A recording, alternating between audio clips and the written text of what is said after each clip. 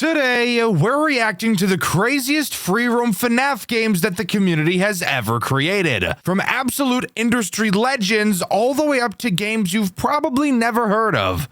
This video has it all, so let's get started. The Five Nights at Freddy's formula. Arguably what defines a FNAF game in the genre of a FNAF game. You're stuck in a small space, you can't move, and several threats are trying to eliminate you as you use a small amount of tools to defend yourself for an arbitrary amount of time. This, in a nutshell, is Five Nights at Freddy's as a genre. However, there are some Five Nights at Freddy's fan games that don't follow this formula, and if it wasn't for the use of the characters from the original game, you would have no idea that they were even FNAF games to begin with. And maybe you can think of a few games like this. The game I'll be covering today is another one of those games. A game so unique, so good, that if it didn't use official FNAF characters, it could easily be its own fantastic survival horror experience. So sit back, strap in, and join me today as we cover Fredbear and Friends Reboot. You can honestly think about Fredbear and Friends Reboot as more of an Outlast, Resident Evil, or Poppy Playtime style game, purely in terms of how it plays. It's a story-based, free-roam survival horror game, except it uses characters and settings from the Five Nights at Freddy's universe, and it's honestly super cool. We play as a guy named Thomas. When this game takes place, the Fredbear and Friends restaurant had been closed for over 26 years. And together with our friends Chris, Ashley, and Richard, they all decided it'd be a great idea to do some urban exploring in the now abandoned building, not knowing that they were about to walk into a sick and sadistic death trap, the likes of which they'd never experienced before. We drive to the restaurant where all of our friends are waiting and head inside to find them. We all talk about what the plan is, and it seems like they don't even fucking have one. So like, why are we even here? No matter. We decide to all split up like Scooby and the gang to explore faster, something I would never agree to do because this building is so dark I can barely see 10 feet in front of me. So, to solve the darkness problem, Richard finds the power room as we enter the office of the building. Successfully turning the power on, I ask the question, is it even possible for a building 26 years abandoned to even be able to have power? That's a genuine question, by the way. I mean, I guess it makes sense, but like, who's paying that bill? The city? I have no idea. After having our fun in the office, we meet back up with our bald friend Chris. I know being bald isn't a crucial plot point, but a plot point I found relevant to point out.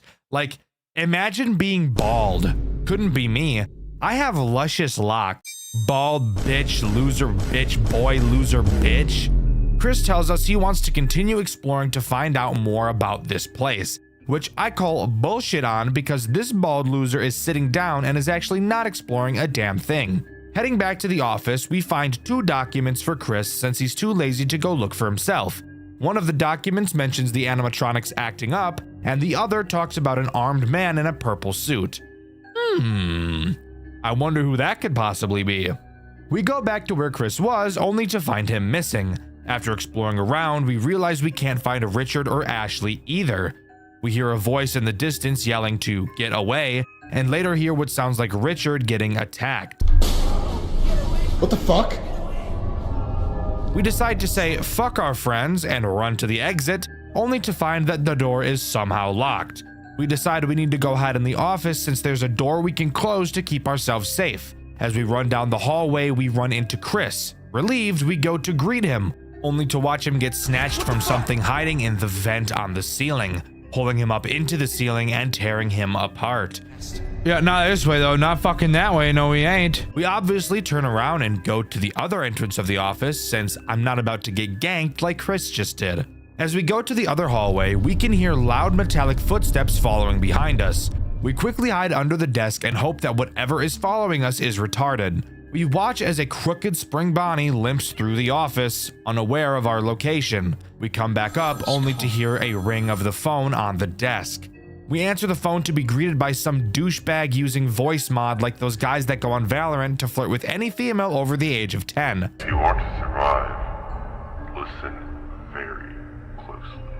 He tells us how to survive each of the 8 animatronics. the fucking 8 goddamn cock-sucking animatronics. My god, that is a lot. I'm not going to explain every single animatronic at the same time right now because that would be boring as fuck. And trust me, this phone call was also boring as fuck. The big thing that we're told is that Fredbear is scary, and he's the reason why one of the doors to the office is broken. So fantastic, we have a door that doesn't work. What exactly are we supposed to do? I have no idea. I have no direction whatsoever aside from let's go see if I can break the exit door down. But before we can try anything, we're forced to listen to a cutscene while there are 8 hungry robots whose mouths begin to water whenever they smell my gooch. During this cutscene, we're put into the perspective of a mechanic named Simon. We're told that we have to go into the Fredbear's building to fix some of the robots because the customers reported them to be acting aggressive. So we can gauge that this cutscene obviously takes place before the shutdown. After this cutscene, we're actually put into the perspective of this mechanic as we head inside the building to solve the problem at 5 in the morning because as an engineer, we're on call all the time, yet still get paid like dog shit and are still expected to just wake up and travel at any time, even for the smallest of reasons that could 100% wait until my fucking shift starts. But alright, let's go I guess. As we enter the building, we notice the animatronics are on for some reason, and they shouldn't be at night. We figure somebody just forgot to shut them off, so we go to the employees' room to flip the switch to power them off to take a look at them.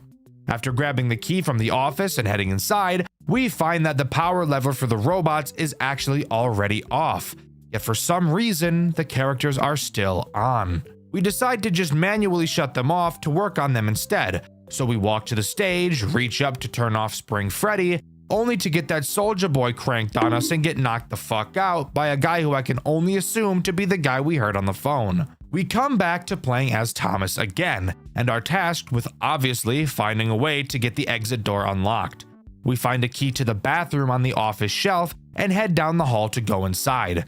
Inside of the bathroom, we find a hammer that we hope we can use to break the lock on the exit door. However, as we exit the bathroom, we see the non-attractive, fat-ass version of Chica heading in our direction, so we quickly jump inside of one of the stalls to hide. We hold our breath as Chica passes by and quickly run out to the exit door. We break the handle to the door and open it, seeing the final exit door. We don't get far before Foxy jumps out at us for some fucking reason. This door was locked? Why the hell was Foxy on the other side of it? Oh well, what the fuck ever. It's a little bit more important right now that we run away from the murder robot behind us. We run back to the employee room and hide behind a shelf. Foxy walks inside, but before he can find us, he hears a noise coming from the door inside of the room. Opening it, he finds who I can only assume to be Richard and jumps him like he's in Detroit. We take this chance to book it back to the exit. As we run, we hear Richard getting torn apart, screaming. We get to the door just in time and Jesus fucking Christ, the door is gone. What the fuck?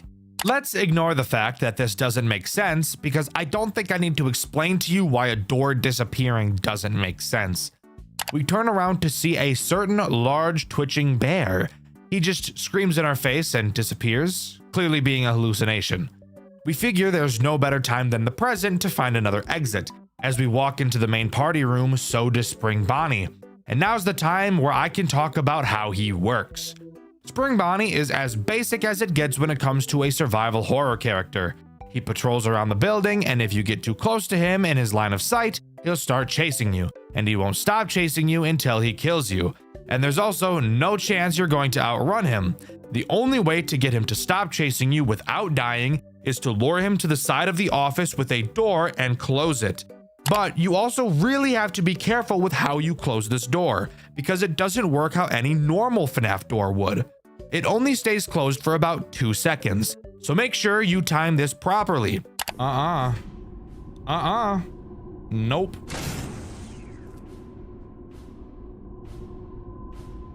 Oh! I closed it! I fucking closed it! I fucking closed it! I fucking closed it! I'm dead. I'm dead as shit. If you do, Spring Bonnie should be teleported to a different room in the building. We maneuver our way around Spring Bonnie and eventually make it to the other exit of the building, only to find that the door is missing too. Isn't life just so awesome sometimes? It's at this moment we hear Richard scream, which confuses me because I thought Richard just got killed by Foxy. So if who we heard just now was Richard, then who did Foxy just kill? It couldn't have been Chris because we saw Chris get killed by the fucker in the vents. It also couldn't be Ashley because it was 100% the scream of a man.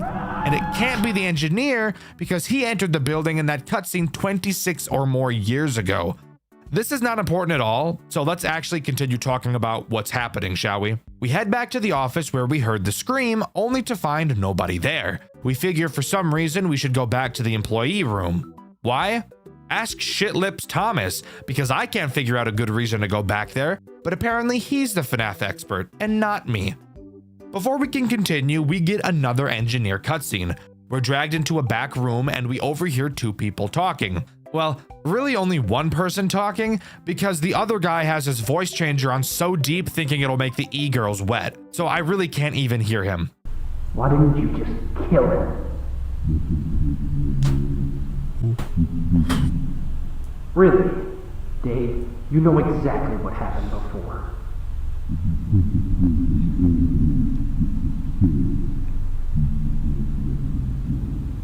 The voice I can hear sounds suspiciously like the guy on the phone who called us here at 5 in the fucking morning. He tells voice changer guy that he should just kill us so we don't get away like the other engineer and spread the word about what they're doing. After not doing it, the phone guy decides to just do it himself, so he enters the room and stabs us to death. Fantastic. I really shouldn't have lived in Chicago. Everyone in Chicago gets stabbed. Going back to the employee room, we find the corpse of a police officer. Seeing that his radio had been taken, we now know that whoever is behind this really knows what they're doing.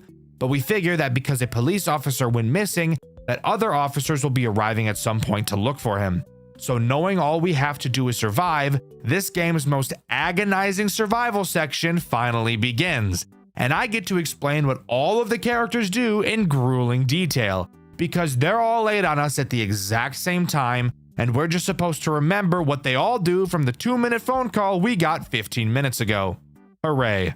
Alright, well, the goal is easy. Just survive until 6 AM without getting found by any of the animatronics. Sounds simple enough.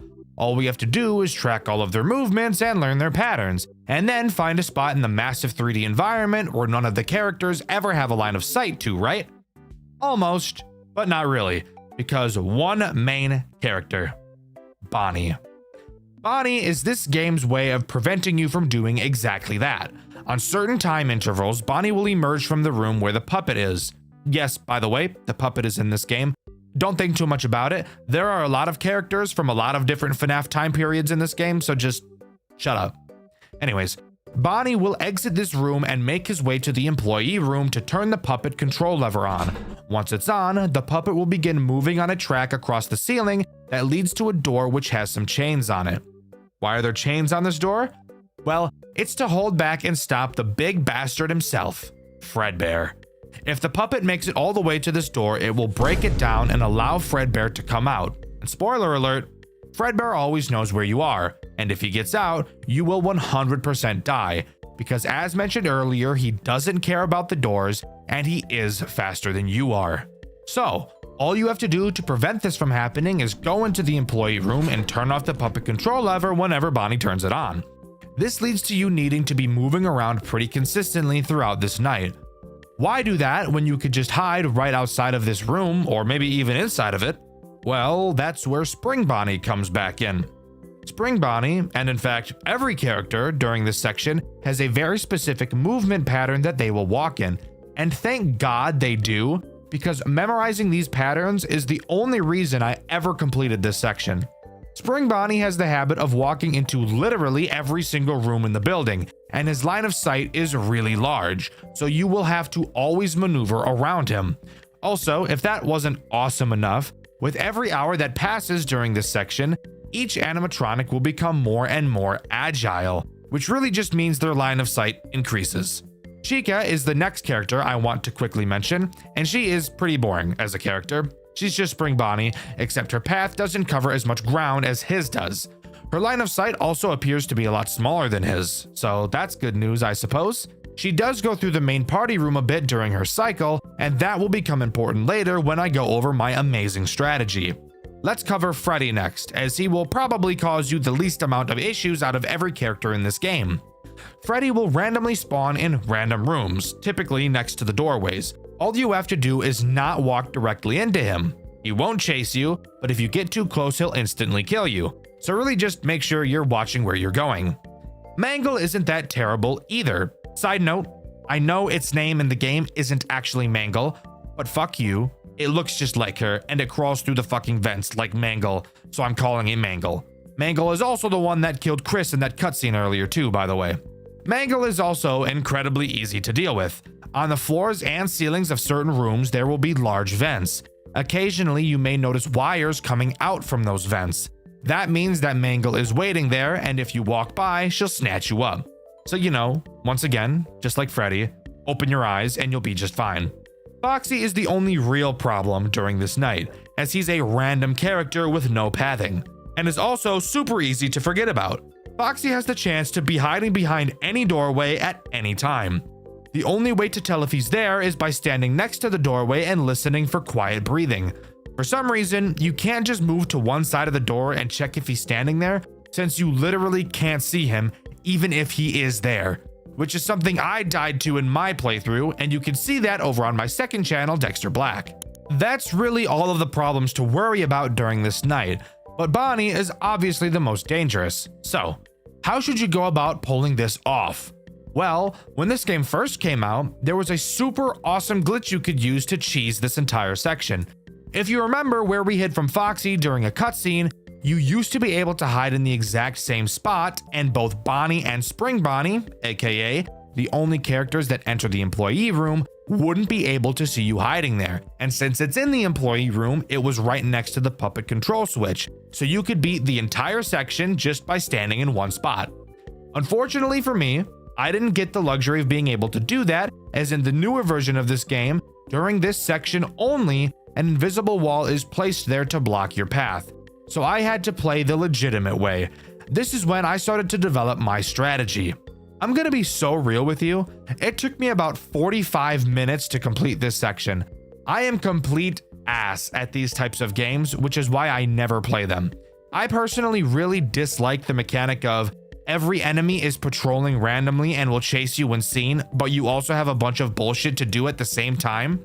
I know it's a common mechanic, but it's just never something I was able to get into, mainly because I don't take being chased very well at all, so it just kind of gives me a lot of anxiety. Here's how this section can be beaten 100% of the time for anyone who struggles with things like this, like I do. I came up with this myself. I'm super proud of myself. I did no walkthrough because I'm the best. The first step is to run out of the employee room as fast as you can and get to the far corner of the main party room to the left of the main stage. You have to be fast because Spring Bonnie will enter this room quickly after. While in this corner, both Spring Bonnie and Bonnie will never be able to see you, which is huge since this location also gives you an easy view of both of them since they enter through the door on your left. Once in this corner, Spring Bonnie will soon pass by. After a while, Bonnie will enter the room. Bonnie is slow as shit, so this will take a while, but once you see him, you can start following him. Bonnie doesn't care so much about killing you as he does flipping the puppet switch, so you can actually get pretty close behind him. Creep, creep, creep, creep. That's the sound I make. Creep, creep, creep. You gotta match your steps with his, bro. Boom,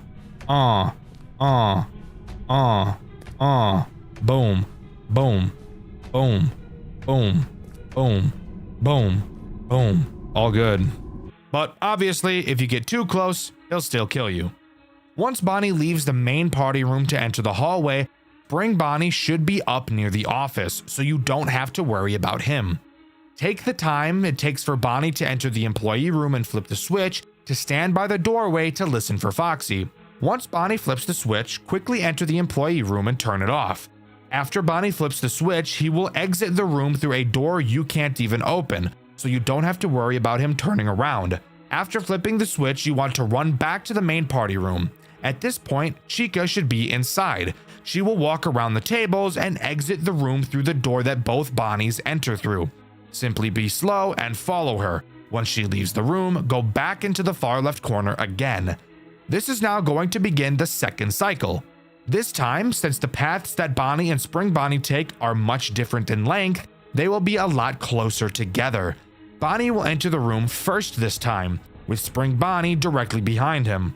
Once Spring Bonnie goes up and around the tables, you can start slowly following Bonnie. At this point, you'll have to be patient, since Spring Bonnie will enter the entrance room, then travel back into the party room, and then go into the hall to the employee room. Then we'll travel to the office. So you will hear Bonnie flip the switch, and you will have to wait probably 30 to 45 seconds before you can switch it back, because if you're too fast, Spring Bonnie will see you. If you sneak past him while he's in the entrance room, it appears that Foxy will always be behind the door to the hallway and you will die. So it's your best bet to just wait for Spring Bonnie to finish his cycle and start walking to the office. I recommend waiting directly in front of the stage during this section since he won't be able to see you. Once he goes down the hall, quickly run into the employee room and flip the switch. Then quickly run back into the party room and go right into the exit doorway. Chica will be entering the party room at this point, and if you're any closer to the stage, she will see you. Once she walks around the tables, once again, you can follow her out and go back to the hiding spot in the far left corner. Now, the third cycle gets a little bit scary, so be ready. Bonnie will soon enter the room again, with Spring Bonnie fairly close behind. However, there is enough room between Bonnie and Spring Bonnie for you to be able to get in between them. Closely follow behind Bonnie and Spring Bonnie will enter the party room. Continue to follow Bonnie into the employee room and shut the switch off immediately after Bonnie turns it on. Immediately run back to the entrance of the party room. At this point, Spring Bonnie should be walking into the exit room. You can take this small window of time to run to the front of the stage. Spring Bonnie will enter the hallway, and once he does, you're safe to go back to the exit doorway. Since Spring Bonnie is near the office, you don't need to go back to the corner. In fact, you actually shouldn't, because Chica will follow behind Bonnie. Bonnie will once again pass you, and you can once again follow him into the employee room and shut the switch. After flipping this switch, this final time, you're home free. Simply sit in the employee room and this nightmare of a section will come to an end. And the best part is, since the movement of almost all of the characters is scripted, you'll be able to use this method to beat this section of the game every single time without fail. I hope you enjoyed this overtly long explanation section. It's easily what took me the longest to do while playing this game, so I figured I should devote a long time in the script talking about it. Let me know what you think. After beating this section, we get a cutscene where we're running down the hallway, being chased by Spring Bonnie. We get into the office and close the door on him, which literally cuts the fucker in half. I love this. This is peak. Absolute cinema. As we turn around, Foxy charges at us, but luckily the animatronic power gets shut off and Foxy shuts down right in front of us. Walking down the broken doors hallway, we see a deactivated Freddy, and Chica tries to kill us, only to get powered off at the same time, which actually scared me in my playthrough, which you can find on my second channel, Dexter Black. We continue to explore the now eerily quiet building. Going back to the exit, we fall to our knees, only for a door to appear in front of us, locked by a code. A voice comes over the intercoms that sounds weirdly like the guy that killed the engineer in a previous cutscene. He tells us that he's impressed by our work and that the animatronics we faced thus far will be deactivated for the remainder of our stay, aside from two, who he calls his favorites. It's now up to us to figure out the code. We find a piece of paper on the wall that says "Find me." Not totally sure what the hell that means. We wander around into the puppet room where we find writing on the wall saying "It's me." Next to this message, we find another piece of paper saying "My back is to the corner." After reading this note, the two threats of this section activate: Fredbear and Mangle. Again, Mangle acts a bit differently, so let's talk about her first. This time, she's no longer in the vents. She's walking around the building. If she sees you, she'll roar like a dinosaur. And if you don't get out of her line of sight in 4 seconds, she'll start chasing you. And she won't stop until she catches you. So just like, run, I guess, bozo. Fredbear, on the other hand, should be scary. But because of an item we got at the beginning of this segment, he really isn't. At the start of this section, we're given a taser. Fredbear will always know where you are and will constantly be crip walking towards you. Except, Fredbear while walking is very slow, so you can easily stay away from him. Every once in a while, he will also roar for some reason and will then begin to charge at you. While he's charging, he will be faster than you, but when he gets close, use your taser to stun him and he'll go back to walking. So avoiding the threats on this segment is honestly a cakewalk compared to what we had to deal with during the last section. Now, I had a stroke trying to figure out what my back is to the corner meant. What you have to do is find Freddy, since his back is to the corner of the wall. Except not really, because his back is just to the wall, not really the corner. Regardless, on his back is another note stating camera 2. I've neglected to mention the cameras thus far, but that's because they're literally completely useless for the most part.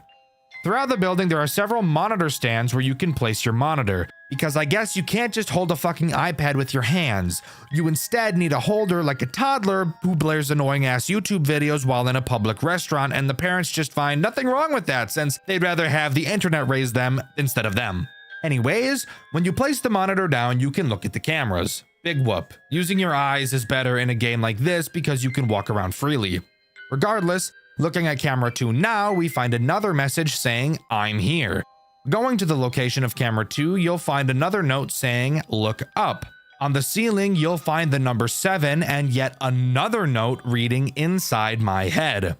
What this means, if you weren't a genius like me, is that you have to go to Foxy in the office and look in his mouth.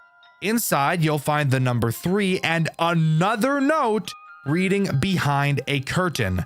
Now, there are 3 curtains in this building, and you have to look at each of them in a specific order, which is dumb because all you're doing is looking behind them. Behind the last curtain, you'll see the number 7, and then some text reading "The safest place" will start flashing on your screen. Let's pause. I really don't understand why it wasn't just another note.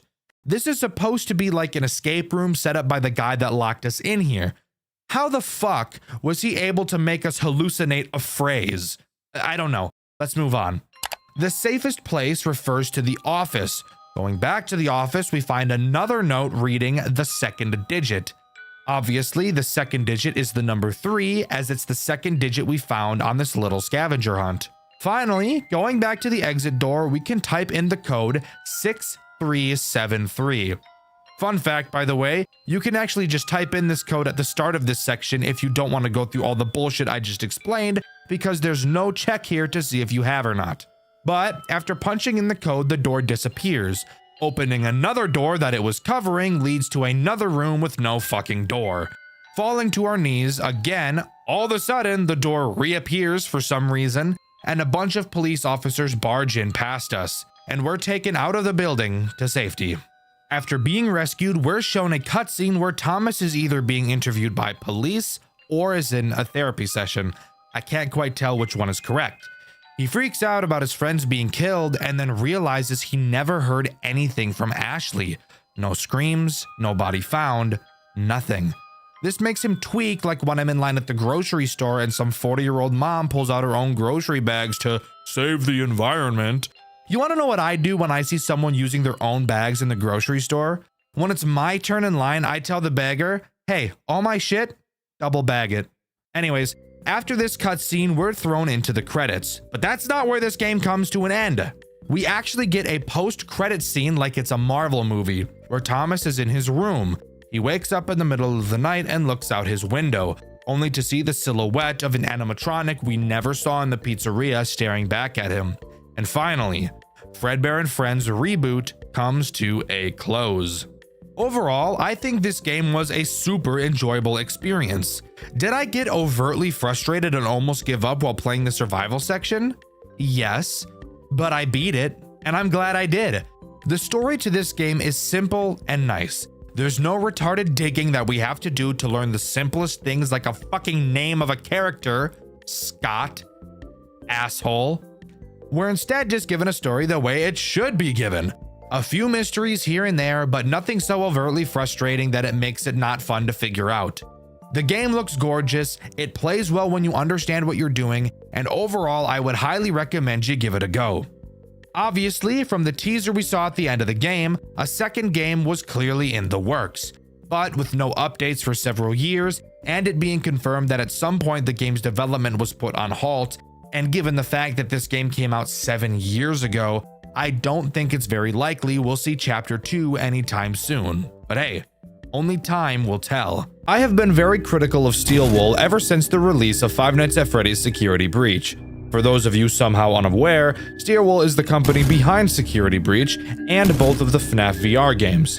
Something interesting about that is that the VR games are very good and Security Breach is a dumpster fire. Why? Well, Steelwool is a company that specializes in VR, and if you've never been on the internet before, Security Breach is not a VR game, which probably plays a part into why it's so utterly terrible. So, with Steelwool announcing their new non-FNAF VR game, Secret of the Mimic, I had my standards so low to the ground it was in the Earth's core. I've recently played through the entire game on stream on my second channel, Dexter Black.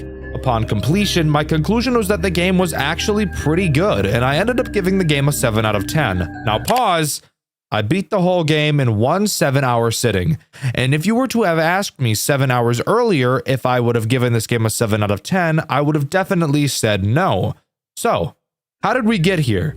Why did I rate it this way? And the most important question of all, did Steelwool learn from their mistakes in Security Breach? Let's begin with the opening of the game. We're in a Fazbear Entertainment van driving to a rundown factory that was previously owned by Edwin Murray, his costume factory, Murray's Costume Manor. We're told by the Fazbear Entertainment dispatcher over the phone that we have to go inside and retrieve a few things from one of our contractors, Edwin Murray. Upon entering the building, we're greeted to an opening show that's a little bit broken, probably because of how old and run down this building is. It is here where we learn two incredibly essential game mechanics. One, cranking a lever. This may seem stupid, but I promise you will be cranking levers in this game more than any other task, so really get used to it. And maybe learn that you need to crank the lever clockwise, not counterclockwise. I'll get to that a little bit later. The other major mechanic taught here is our door key. Think of this not really as a key, but more of a key card. On it, you'll see a display of 6 symbols. Each symbol acts as a different entry-level pass, and of course, at the beginning of the game, we only have the first. Next to many doors, there will be a keyhole with a glowing symbol that indicates which level of entry is required to open the door. Very simple mechanic. I'm sure I actually didn't even need to explain all that, but let's move on. Continuing into the next room, we get a great glance at one of my favorite parts of this game, the level of fear it initially invokes. There are several empty costumes throughout this giant building, and I mean several, like a shit ton, a fuckload. Not only are just seeing them around cool, but since the Mimic can enter any suit, and for a large majority of the game, the Mimic is the only actual threat to you, at any moment, any of the costumes you see could get up and begin to move.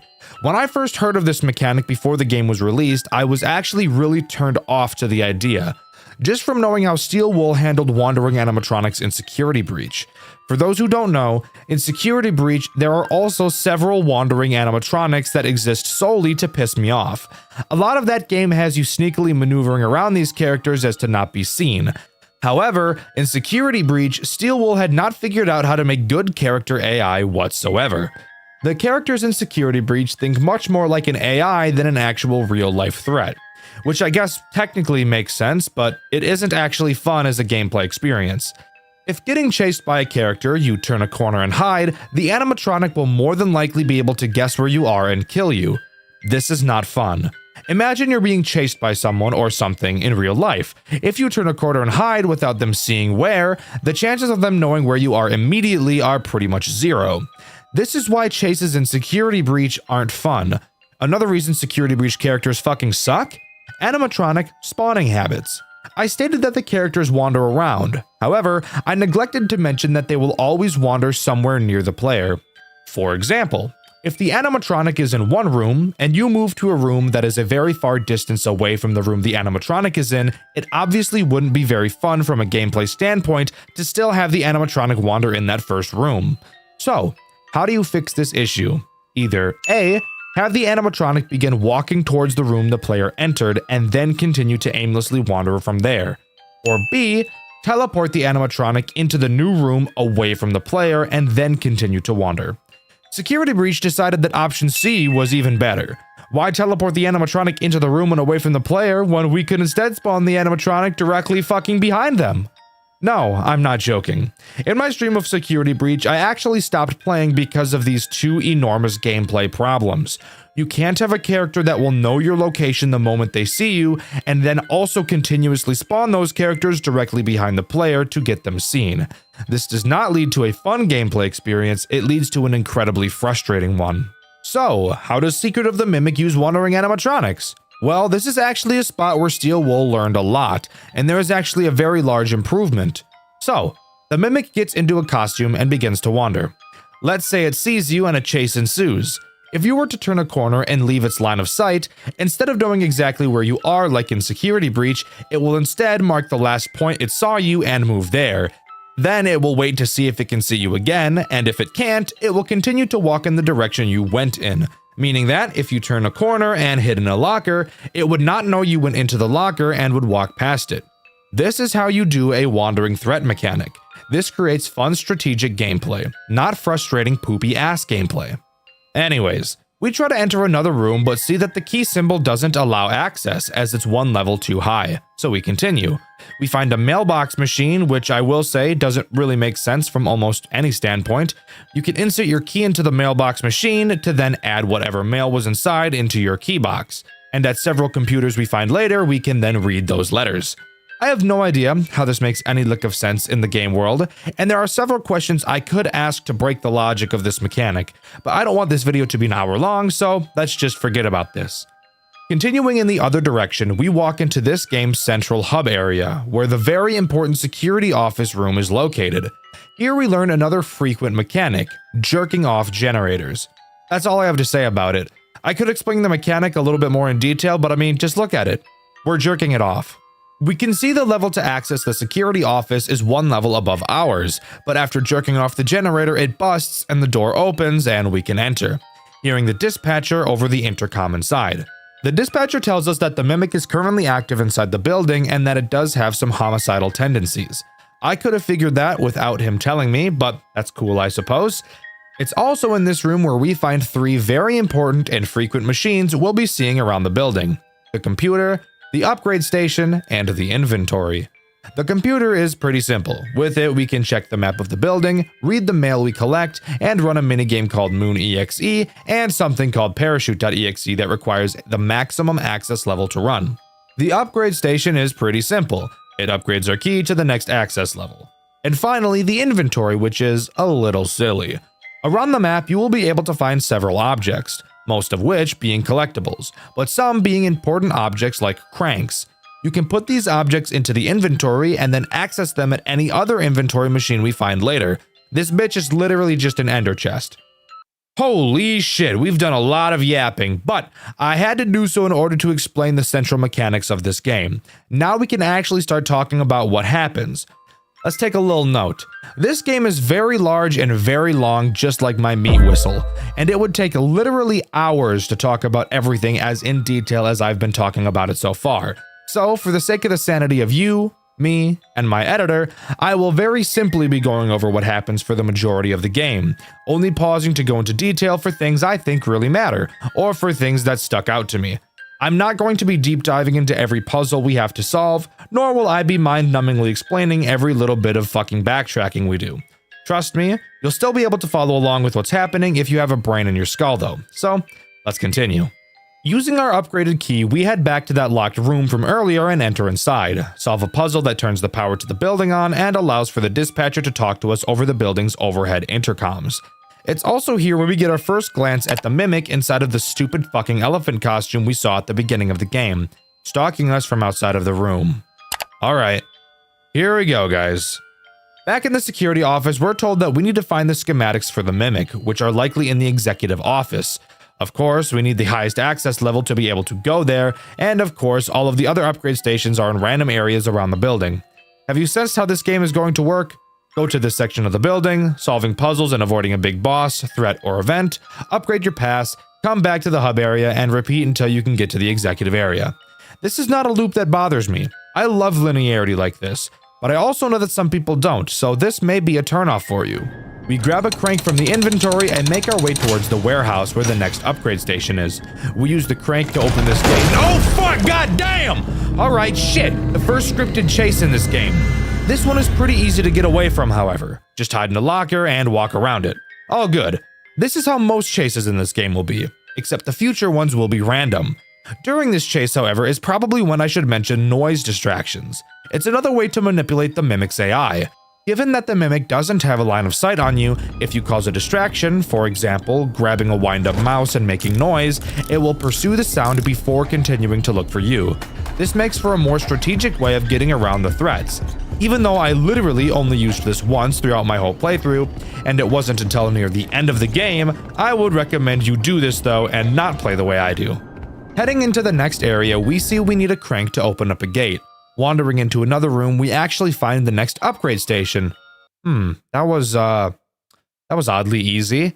However, we still need that crank. Speaking of crank, I yank my crank on the daily. I'm sorry, I don't know why I said that. Let's move on. We walk through a giant hole in the wall into what seems to be a place where kids can play, or something like that. We find a giant present with a crank on it. Great, let's steal this bitch. Now, this is the first section of the game where I encountered two problems. First, for the love of God, turn the cranks clockwise. I turned this crank counterclockwise, and while it will still work if you choose to do this, you will have to crank it for about 19 times as long, so just how about we turn it the right way? After cranking enough, we see Jackie, a giant puppet, jump out of the box. Some might say she's a baddie. I for one know how to keep it in my pants, however. Also in doing this, the crank broke off and we can use it to open that pesky gate. But pause, let's talk about how I soft-locked myself here and broke the game.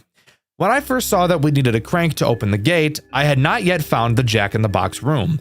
So what I did was go to the inventory and pull out the last crank that was inside, as I was just taught to do so in the section previously.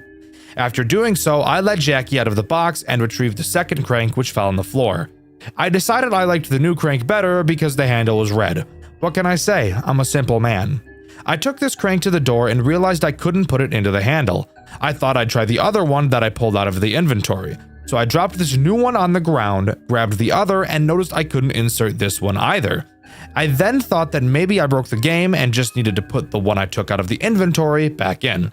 So I did so and went back to try to put the new crank into the handle. However, remember how I said I dropped it on the ground? Well, I happened to drop it directly into the hitboxes of some bricks, which prevented me from ever being able to pick it back up. So, I can't pick up the correct crank, and the other crank I have access to won't go into the handle. So I'm soft-locked, and I had to reset. I didn't lose much progress, but I just find it odd that with a whole team of game testers, nobody ever thought to try this. I feel like what I did wasn't even that far-fetched. But hey, maybe it was. I don't know. Just thought I'd mention that I did this. Going past this gate, we enter a room with a mailbot inside. We find a generator and our instincts kick in, so we start jerking it off. After getting it active, the gooning material Jackie enters the room. I guess the Mimic thought now was a great time to climb inside of her, which I'm assuming makes a few of you fucking freaks pretty jealous.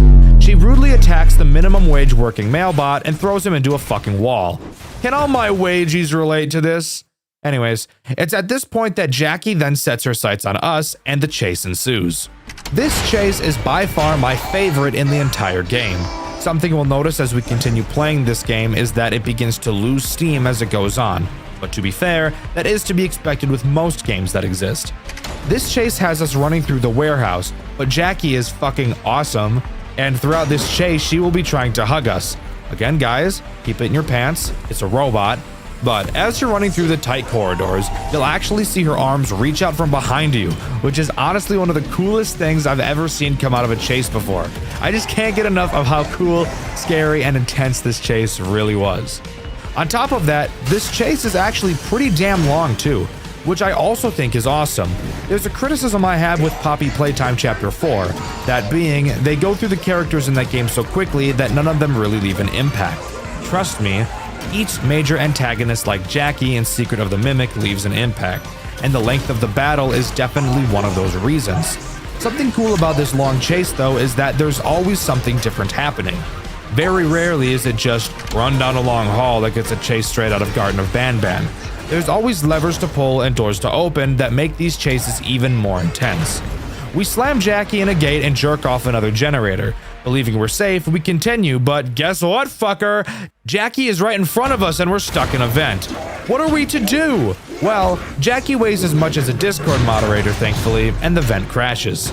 We wake up in the security office where we learn that the vent was actually right above it and we crashed through the ceiling. Yet for whatever reason, Jackie didn't kill us. We're told by the dispatcher that the next upgrade station is in the showroom back through the first room we entered. Entering the next room right before the showroom, we see a fuck ton of empty costumes. And it's here where I need to bring up what I feel is the biggest issue this game has: how and when the Mimic chooses to enter costumes. Upon coming into this room, it is incredibly likely that the Mimic will enter one of the costumes. Cool, let's start distracting it and sneaking around. As you play this game, you will become very good at learning how to do this, but now brings up the big problem that kind of seems to have come over from Security Breach: the teleporting mechanic. I will say that in this game it's far less egregious, but it's still worth talking about. The Mimic will switch costumes sometimes. There's nothing wrong with that. However, when it switches, it tends to choose a costume to switch to randomly, even if that new costume is on the other side of the room. This very obviously leads to some pretty annoying issues. The main one being, hey look, you distracted the Mimic and moved to the other side of the room. It's now safe to walk around because there's no way the Mimic will see you. Uh-oh, fucker. You thought you were safe after you played the game by its rules and avoided the threat? Well, guess what? The Mimic has now entered a costume that's directly in front of you. This is obviously a big problem. On multiple occasions throughout my playthrough, I'd walk directly into a costume that the Mimic was in because I knew that previously it wasn't close to me. Even though I was keeping tabs on where the threat was, I was still punished. I feel like this took away from the immersion and fear factor and instead left me feeling pretty annoyed and frustrated. But continuing, we enter a room and find my favorite character in this entire game: a tiny little cleaning robot who's just sweeping the floor. There are several of these throughout the game, they're adorable and I love them dearly, and I chose to name all of them Rufus. So I will be calling them this throughout the rest of the video. Want to hear the best part about Rufus? You can literally pet him! Give him some head pats! I fucking love this game! Hi! Oh my god! Oh my god! I fucking love this thing, bro! Pat! Oh my goodness, go Pat! Oh, one more! Oh my god! As I was streaming this, someone actually drew fan art of me and Rufus, which I think is just awesome. Also, while looking for this fan art for the editor to throw on screen, I also found a sketch of some more Skags and Rufus fan art. So here's that art too. We find an elevator that's fucked as shit by a costume head. We have to use a machine that teaches us how to fix it instead of just grabbing the head out of the gears ourselves like a normal person.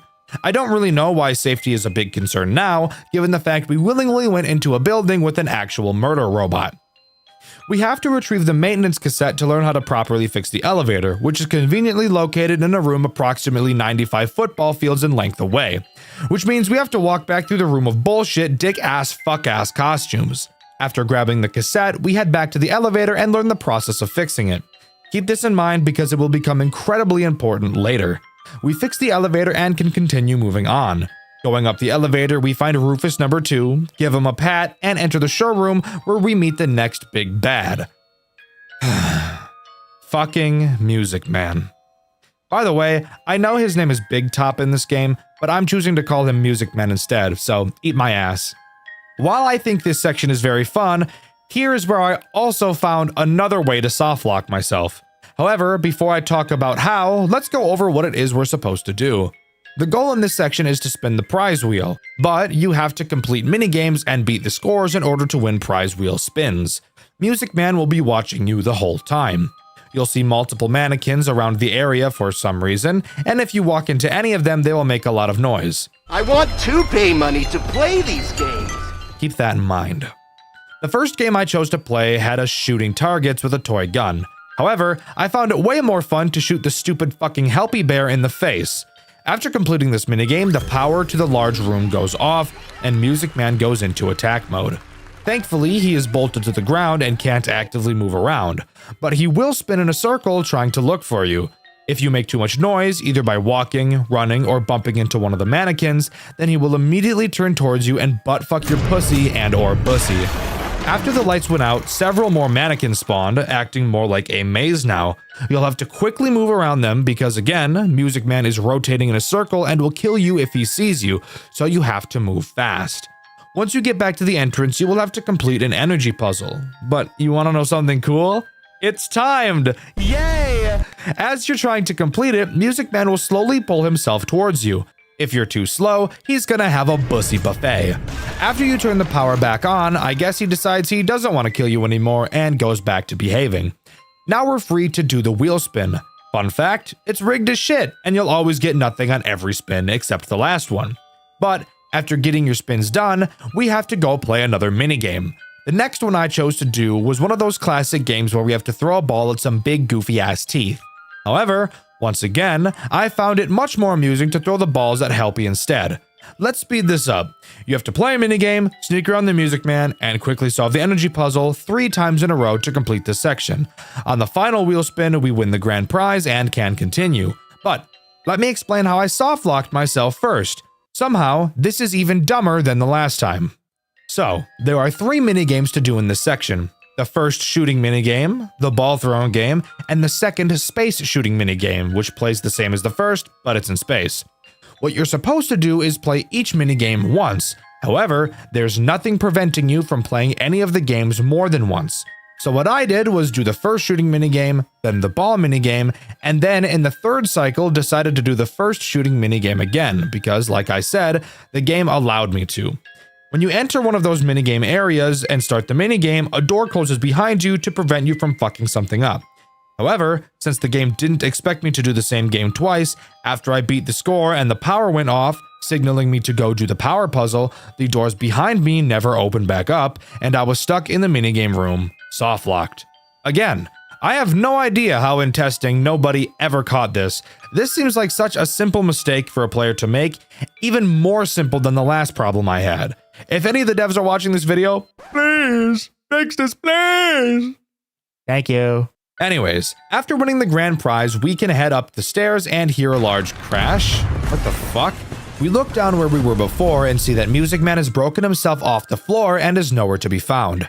Well, looks like we're fucked. We solve a puzzle to upgrade our key and continue moving forward. We head out onto the roof of the building and the game autosaves. Uh-oh. Here comes a boss fight. As we explore, we see Music Man climb the fucking building like King Kong and the chase begins. Now, you remember how I said I really liked Jackie's chase? I cannot say the same for Music Man's. His chase isn't inherently bad, I just personally am not a fan. I will say that it does start pretty sick. We begin by running down some spiral-like stairs with him crawling down the center, which looks fucking awesome. But then, we get to the fuck-ass office building chase, which I hate. You will have to run through different office rooms, and Music Man's arms will break through the ceiling, preventing you from going into some rooms. So you'll really have to be on your toes. But here's the reason I dislike this chase so much. Usually in cases that have this think on your toes mechanic, you have to learn which path you need to take. And for me specifically, who doesn't handle chases very well in any game, it takes me a few attempts to learn the chase. Well, each time you do this chase, the path you need to take becomes randomized. So I never had the chance to learn the pattern. I just had to throw myself at it over and over again until I got lucky. Is this in part a skill issue? 100% it is, but I am giving my review and I personally am not a huge fan of this section of the chase.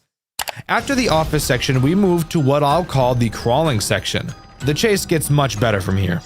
As we crawl through a tight corridor, Music Man's arms will slam through the ceiling and we just have to avoid them. Super easy. Then we get to the mannequin section, and the chase begins to get bad again. Not nearly as bad as the office section though. I like how this part of the chase uses a mechanic we saw from Music Man earlier, however, I still want to die. There's one corridor where Music Man will slam his arm through the ceiling and leave a mannequin behind, and if you slow down for even a fraction of a second, you will die. And I did die, and then I shit myself. Once we get past that, we find another staircase. Music Man crawls down, but just like Jackie, is fat as shit and breaks the stairs. We fall together, and when the smoke clears, we see that Music Man got burned the fuck up. Oh shit, bitch got burned to smithereens. Eat a dick, Paul Blart! Okay, we're good. Not even a problem. We head back to the security office and are told by the dispatcher that the next upgrade station is in the theater. Once we arrive there, we learn in order to enter the theater, we need to be wearing a costume. Specifically, what appears to be a springlock costume. Which leads me to believe that it was Edwin who designed the springlock mechanics and not William. Lore! Anyways, it's not just as easy as hopping into the suit and going in. We first have to find all the limbs and the head, which are scattered around the area. Oh, also, in this room we see Rufus number 3. Pet. Getting the pieces is not hard. Avoiding the mimic who teleports into a fuck ton of costumes kind of is.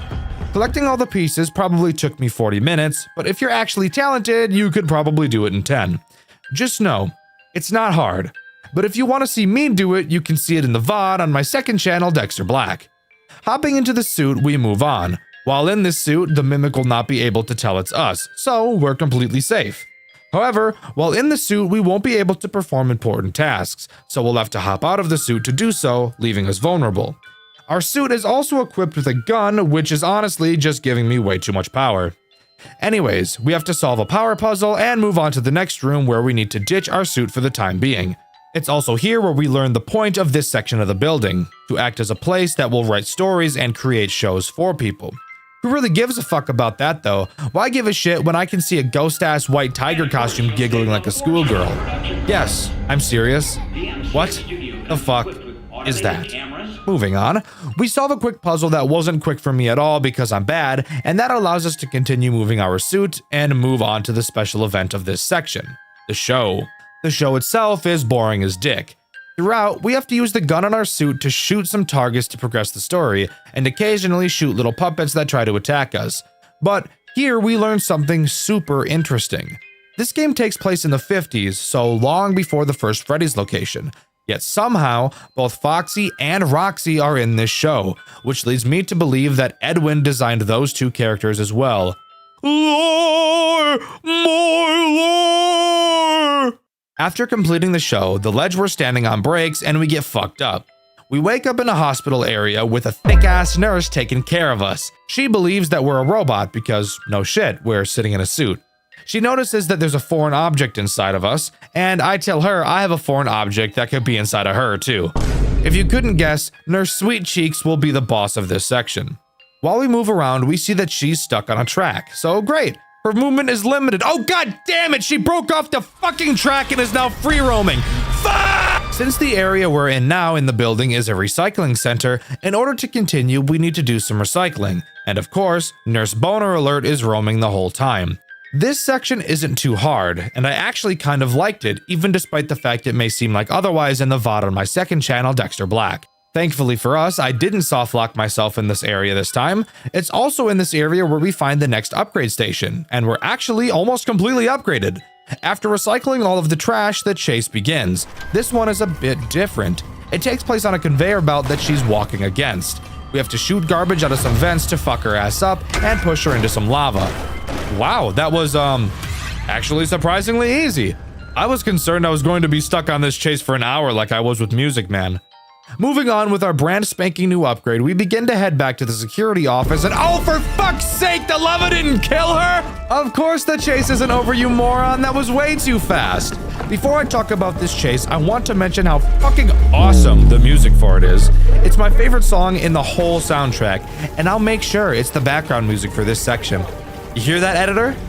It better be the fucking chase music in the background right now, or I'm gonna make the next video you edit be 3 hours long. Got it? Alright. Good boy. The chase continues through the recycling center, with some fun sneaking sections mixed in too. But what I really want to talk about is the elevator section. What I assumed was the end of the chase is when we entered the elevator and escape. The elevator breaks and we have to listen to Fiona, who we later find out is Edwin's wife, teach us how to fix it again. Remember how I said to remember the fixing section from earlier? This is why. After fixing the elevator, Nurse Hotbottom drops her fat ass cheeks on top of the elevator. And now we have to fix it again. But this time, we're against the clock for her pegging me. Yay! I'm so fucking excited to fix this elevator for the next half an hour. Yes, it actually took me that long. I'm so fucking terrible at playing games. In all reality, this section isn't hard. I'm actually just terrible. After we get the elevator fixed, it starts rising quickly. Knowing it's about to get squished in the ceiling, we get to watch the mimic jump out of the 4th hottest animatronic in the whole franchise right before it gets fucked up. And this chase comes to a close. I think this chase so far is the weakest in the game, but I do think the reveal of what the mimic actually looks like is pretty cool and adds some points to it though. We get back to the security office and the dispatcher tells us the next place we have to go is the admin wing, which is through the warehouse. Amazing. What's in the warehouse to blow my guts up like Nagasaki? Well, it's a fat, ugly, Chica-looking ass bitch. Actually, I liked this section. It was simple, yet straightforward. The goal is to find 3 pieces to a power puzzle, then solve it and vacate the area. The pieces are scattered throughout the warehouse and the Chica ripoff is skating around trying to find you. Very simple, very fun, not much else to say about it. We head through the gate and move on to the next area, which contained a puzzle that gave me a terrible headache. I should note that throughout my playthrough, I decided that every time I died, I'd take a shot. And I died a lot. So having to think hard on a puzzle this deep into the game in my state took a lot out of me. But after a bunch of trial and error, we made it work and could continue. Oh wait, I forgot to mention that after you do this puzzle once and get to the other side of the room, then you have to do it again. I want to kill myself. Moving on to the next room, we see Carl the Cupcake? What the fuck? Did Edwin design that too? Well, whatever. When you get close to a Carl, they will make a fuck ton of noise. I'm betting you can guess where this is going. The next area has apparently not ripoff Chica return, in a tight, cramped office area with a metric ass load of Carls around to ruin your day. I also want to mention that while playing this section, I got asked by someone in chat, quote, "If a femboy hit on you, would you fold?" This is not at all important to the gameplay one bit. Just thought I'd mention how weird you freaks are. Moving to the next room, we find Rufus number 4. Pet pet. We also find the next upgrade station, and I figured out that this section is the lore dump area of the game. Yay, my favorite, lore dumping! Anyways, it's at this point we enter the room we've been trying to get to this whole time and download the Mimic blueprints. A very small chase with Chica begins. You just crawl into a vent. Awesome. This is kind of where I feel the game really starts to lose steam and turn more into a lore festival than a game. Moving on to the next area, we find Rufus number 5. Pet pet. You might be wondering what the boss of this section is. No way it was Chica, right? You're correct. It most certainly was not Chica.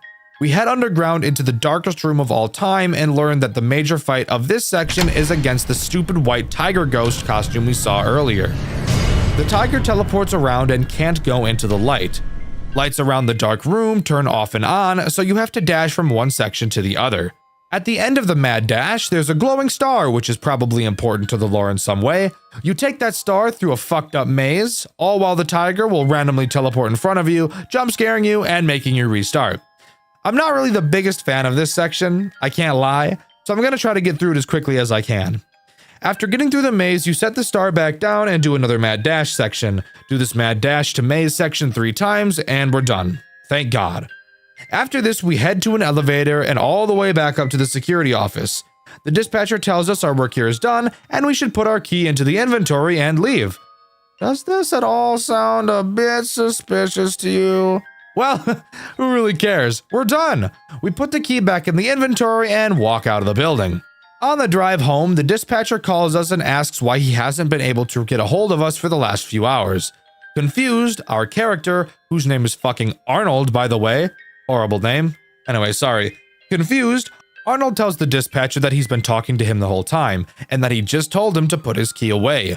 The dispatcher is confident that he never told Arnold to do this, and it's here where we learn that the Mimic had been mimicking the voice of the dispatcher throughout the intercoms throughout the entire game. The Mimic tricked us into giving it the blueprints so that it could destroy them. Looking behind us, we see the Mimic in the back of the van, and it attacks, and the game comes to a close, giving us the bad ending. As the credits play out, we see ourselves in the POV of Freddy, with Chica and Bonnie at our sides, with the Mimic watching us perform. Hold the fuck up. Pause. What the fuck just happened? Well, as I said, what we just did was the bad ending. There's a few more endings to cover.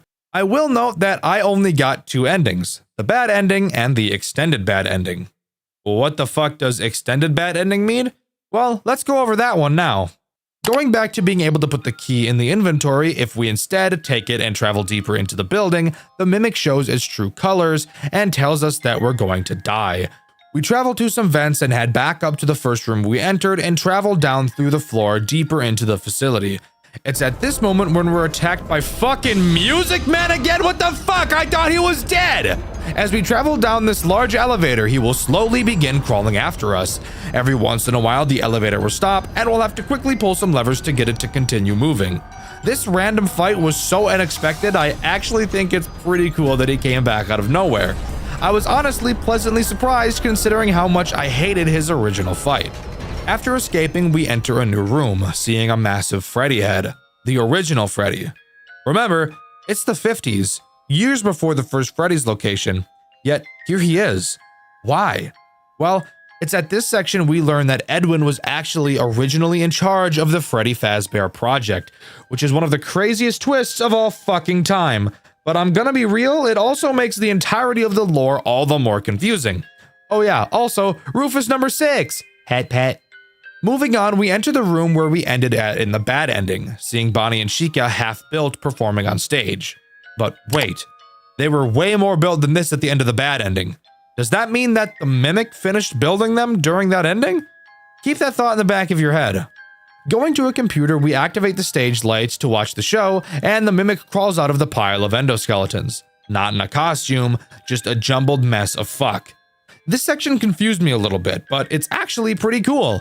We have to get to the office in the back room, but the Mimic will close the doors when we get near them. This is literally just Five Nights at Freddy's 1, but in reverse, where the Mimic is trying to keep us out of the office. It's actually so fucking cool. Around the room there are 2 Springlock costumes, one of Bub, a boss from FNAF World, which is weird, and another of Monty from Security Breach. Holy fucking shit, how many things did Edwin create? This is insane! What you have to do is get in the Springlock costumes and leave them next to the doors. This will make the Mimic close the doors and waste power. However, you'll notice when you bring the first Springlock to the door, the fake dispatcher says, "It cannot see you in the suit, but I can." That's right. The fake dispatcher actually isn't the Mimic. So, who could it be? After leaving both suits at the doors, 2 more doors open, revealing that there are an additional 2 doors we need to block with 2 more Springlock suits.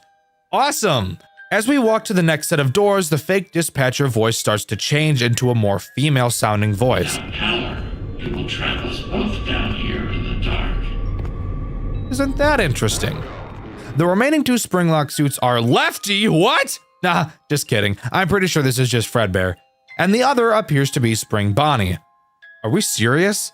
Did Edwin literally just create everything by himself? Did William just steal every idea from him? This is so fucking weird, it's completely flipping everything we know about the lore on its head. After blocking the remaining 2 doors, the fake dispatcher opens them, revealing that it's been Fiona, Edwin's wife, that's been talking to us the entire time. As a machine? I'm so sorry, I really have no fucking idea what's going on. I know I'm really bad at explaining lore, but I'm trying my best. It seems like Fiona has turned into a goddamn robot. I'm assuming at some point she died to something and Edwin was like, fuck that, I want a robot wife now, and somehow put her soul into this machine in the building, or some shit? I don't really know, guys, I'm sorry. Fiona tells us we have to head to their house, which is apparently in the fucking building underground for some reason. Literally, what the fuck is going on? Fiona tells us that Edwin abandoned her and their son David by doing nothing but working non-stop. Originally, the Mimic was supposed to entertain David while Edwin was working, but at some point it gained homicidal tendencies for some reason. Please, correct me on anything I'm wrong about in the comments, guys. I'm pretty sure most theories I'm going to attempt to form in this video will be incorrect as fuck. We travel into the house section and have to collect a bunch of film reels scattered around while avoiding the Mimic. At the end of each film reel is a number, and matching the color of the reel to the colors of the letters in the name David visible on a picture on the projector, we'll be able to figure out the code to open a door that's located upstairs. Just don't question it, guys. Just go with it at this point. The FNAF lore hasn't made any sense since Ultimate Custom Night anyways.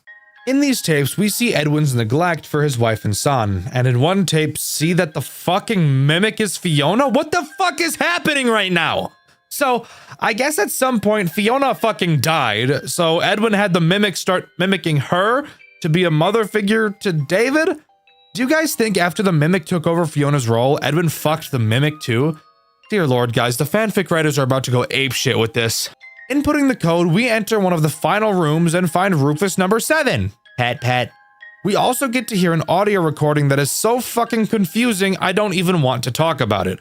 nor do I even know where to begin talking about it. Basically, in this recording, Edwin sounds like he's hurt, as he continues to ask M2, which by the way is what they call the Mimic in this game, for help and to call an ambulance. The Mimic, who at this point is mimicking Edwin, is talking to Edwin like Edwin is David.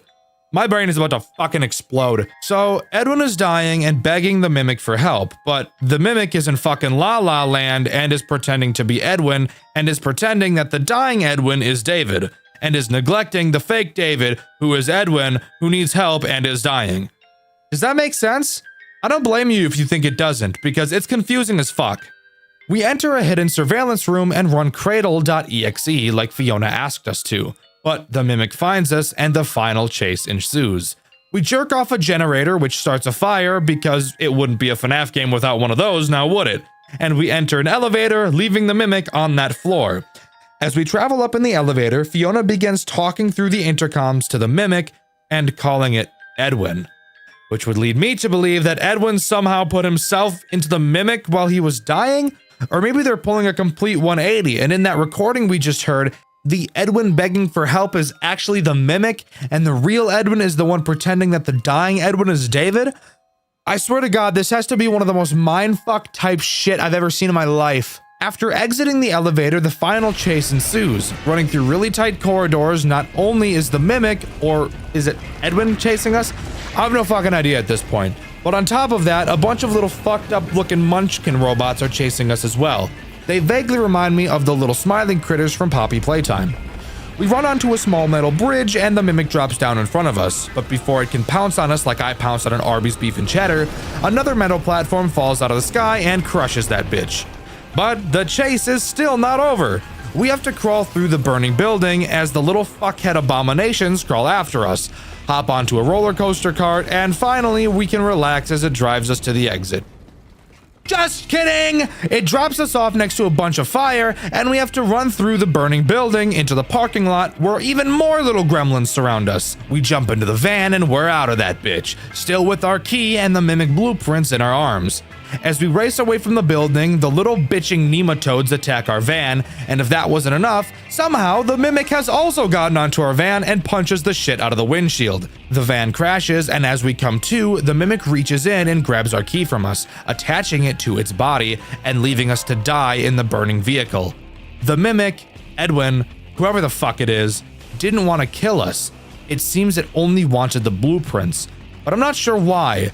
And that's where the extended bad ending comes to a close. Oh wait, I'm sorry. Did I say the extended bad ending? What I meant to say earlier was the true ending. Yes, I'm 100% serious. That is the true ending to Secret of the Mimic. No matter what you do, you still lose in the end. The Mimic will always beat you. But what about the New Game Plus secret ending? Wait, Dexter, there's a New Game Plus? What does it add? A bunch of fucking nothing, really. If on New Game Plus you collect all 25 collectibles and put them in the inventory, complete moon.exe, and go to get the true ending, you'll be able to unlock a bunch of doors you couldn't open previously in the house section. You'll be able to collect 6 different cassettes, which will open a vent. Following the vent will bring you to a bedroom, which can only be assumed to be David's. Inside, you'll find a podium with a book on it. If you put the white tiger collectible on top, the Mimic, pretending to be David, will creep out of the closet. A recording will start playing, reading him a story. Every so often, the story will stop, which makes the Mimic mad. It will transform back to normal and try to attack you. You'll need to continue the story by pressing the correct buttons. You'll notice each button represents a Five Nights at Freddy's character. A bear for Freddy, a rabbit for Bonnie, a chicken for Chica, a fox for Foxy, an alligator for Monty, and a dog for... who the fuck knows? Roxy? I know she's a wolf, but eat my ass. The order you need to press the buttons is rabbit, chicken, dog, and bear. After that, the Mimic will tweak the fuck out and you'll be able to inject the original M2 schematics, which was supposed to be David, back into the Mimic. It will then transform back into David, grab the tiger, and go to sleep in the bed. Then the true ending continues to play out how it did before. What does this weird little secret ending tell us though? Well, here are my initial thoughts. Note, I am no expert theorist, and I'm probably about to be wrong as fuck. They call the Mimic M2 throughout this game. M2, I'm assuming, was supposed to be David after his death. That's why I think we downloaded the blueprints for the Mimic, or M2, who was David, and injected it back into the Mimic in the secret ending. Because obviously, once we do that, it stops attacking us and just plays as David. M1, who isn't explicitly mentioned in this game, I'm assuming is Fiona, who I'm also going to make a stretch about and say she's also Glitch Trap. I'm thinking the Mimic and Glitch Trap are completely different, and are just two iterations of the same idea. Maybe that was obvious, and maybe I'm completely fucking wrong. I have no idea. I think that's honestly what the secret of the Mimic was. I think that the secret is that there are two of them, technically. The Endoskeleton, M2, or David, and Glitch Trap, M1, or Fiona. Where Edwin falls into this, aside from creating both of them and apparently seemingly every major animatronic from all of the games and all the fucking spring locks? Again, I'm not sure. I like to complain about games. Analysis is not my strong suit. But as far as I'm aware, that is all Secret of the Mimic has to offer. In all honesty, I went into this game expecting to hate it, but it's honestly now one of my favorite official Five Nights at Freddy's games, only being beaten by Pizzeria Simulator. Seriously, nothing can beat that final Henry monologue. It's very clear that Steel Wool has learned from their mistakes in Security Breach.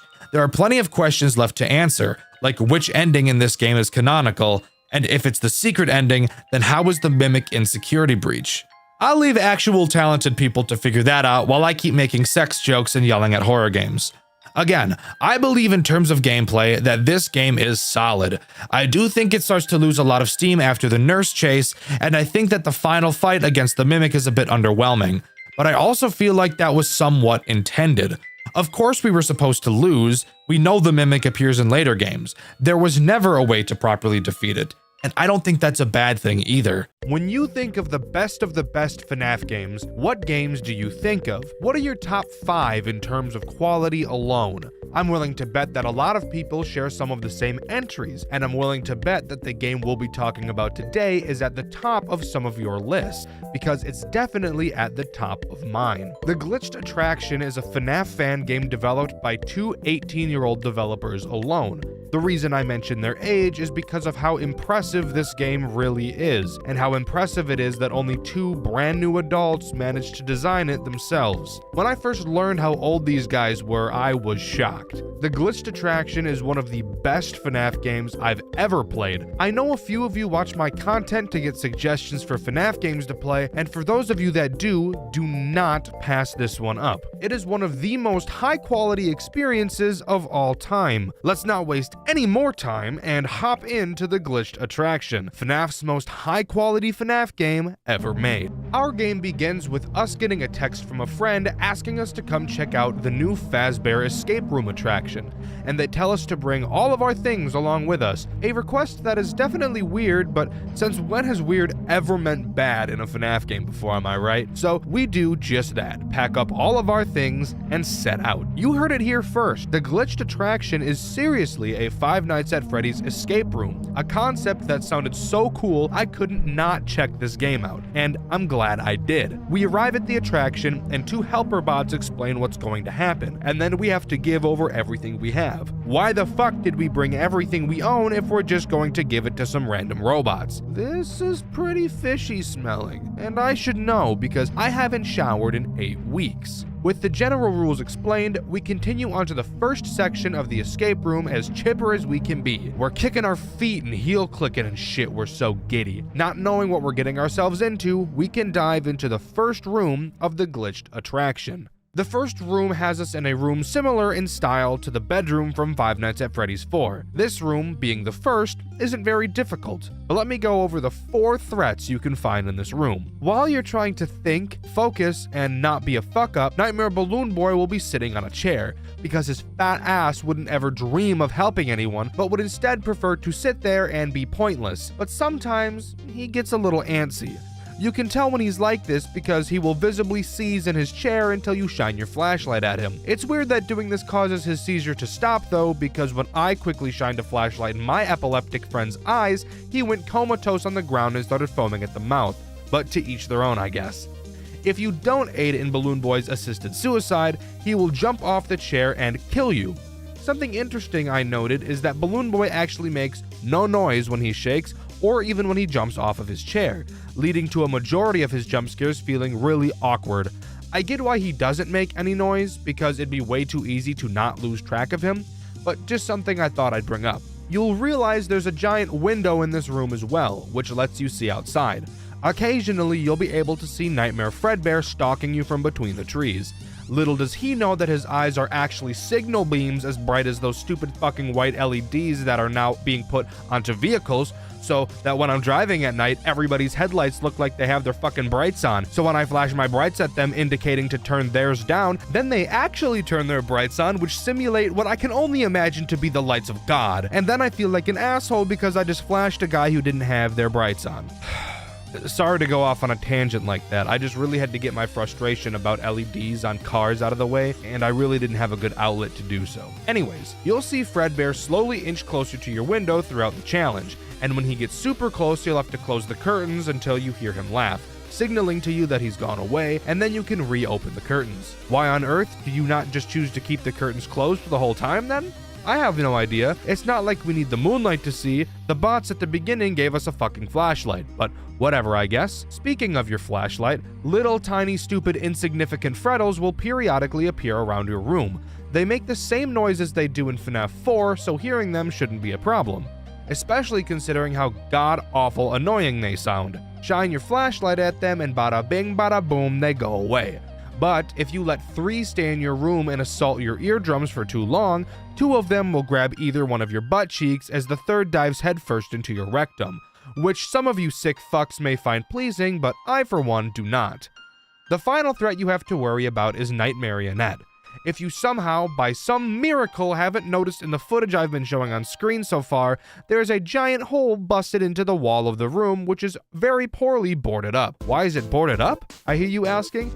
Oh yeah, forgot to mention, it's only because, Satan is in there with enough tentacles to make hentai for the next 9,000 years. But, putting that thought aside, Nightmarionette will occasionally give a sound cue to let you know she's there. If you look at the hole, you'll be able to see those sex toys, tentacles, creeping out.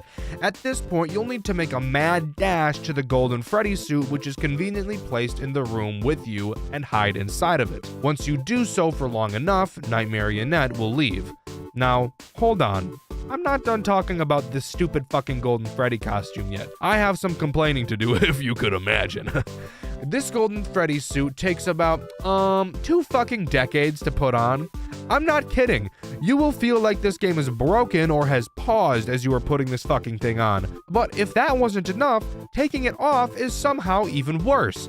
Rather than just exiting the costume, instead, the game thought it would be a great idea to have you teleport out of the costume, where you think you'd be able to continue moving around and interacting with things. But no, that'd be too convenient. Instead, once you teleport out of the costume, you have to just stand there for about 4 seconds doing absolutely nothing. No moving, no using your flashlight, just standing there like a dunce as time still passes around you. While in the golden Freddy costume, did you happen to notice that Balloon Boy was tweaking out? Okay, cool. Nightmarionette's gone. Let's quickly exit the costume and flash Balloon Boy. Oh wait! Instead of flashing Balloon Boy, i.e. saving your own life, let's instead stand there like we have an iron deficiency for 5 fucking minutes as Balloon Boy twerks his fat jiggly ass all over his goddamn chair. I really needed to get that out of my system. Surely I won't have to complain for the rest of the video now, right? Anyways, how do we actually beat this room's challenge? Good question. You'll notice on the wall there's a picture of Freddy broken up into pieces, with each piece facing a different direction. You can turn each piece in order to make the picture look normal again, but you'll notice that one of the pieces is missing. On the dresser, you'll see the FNAF 4 box that Scott Cawthon wiped his ass with. Of course, it has 2 locks. You can find one of the keys to the locks in a drawer on the dresser, and the other key in the drawer of your nightstand. Using both of these keys to unlock the locks on the box, bars, opens it, revealing the last piece of the Freddy puzzle. You can take that piece and put it back in place to finish the puzzle, revealing a 6-digit code. Quick tip, this number is randomized every time you play it, so no fast speed running for you, sucker. Going back to the nightstand, you can open a door to reveal a safe. You punch that 6-digit code into the safe, open it, and find a hammer. You can then use this hammer to take the nails off the wooden boards covering the closet door, then open the closet door and escape the bedroom. Do keep in mind that as you are trying to do this, you are getting fucked from all angles by about 179 different pieces of fuck. But overall, I think this is by far the easiest room to complete, which is probably how it should be given the fact that we have a lot more rooms to go through. Speaking of, let's get to the next one. The next room is much larger than the previous.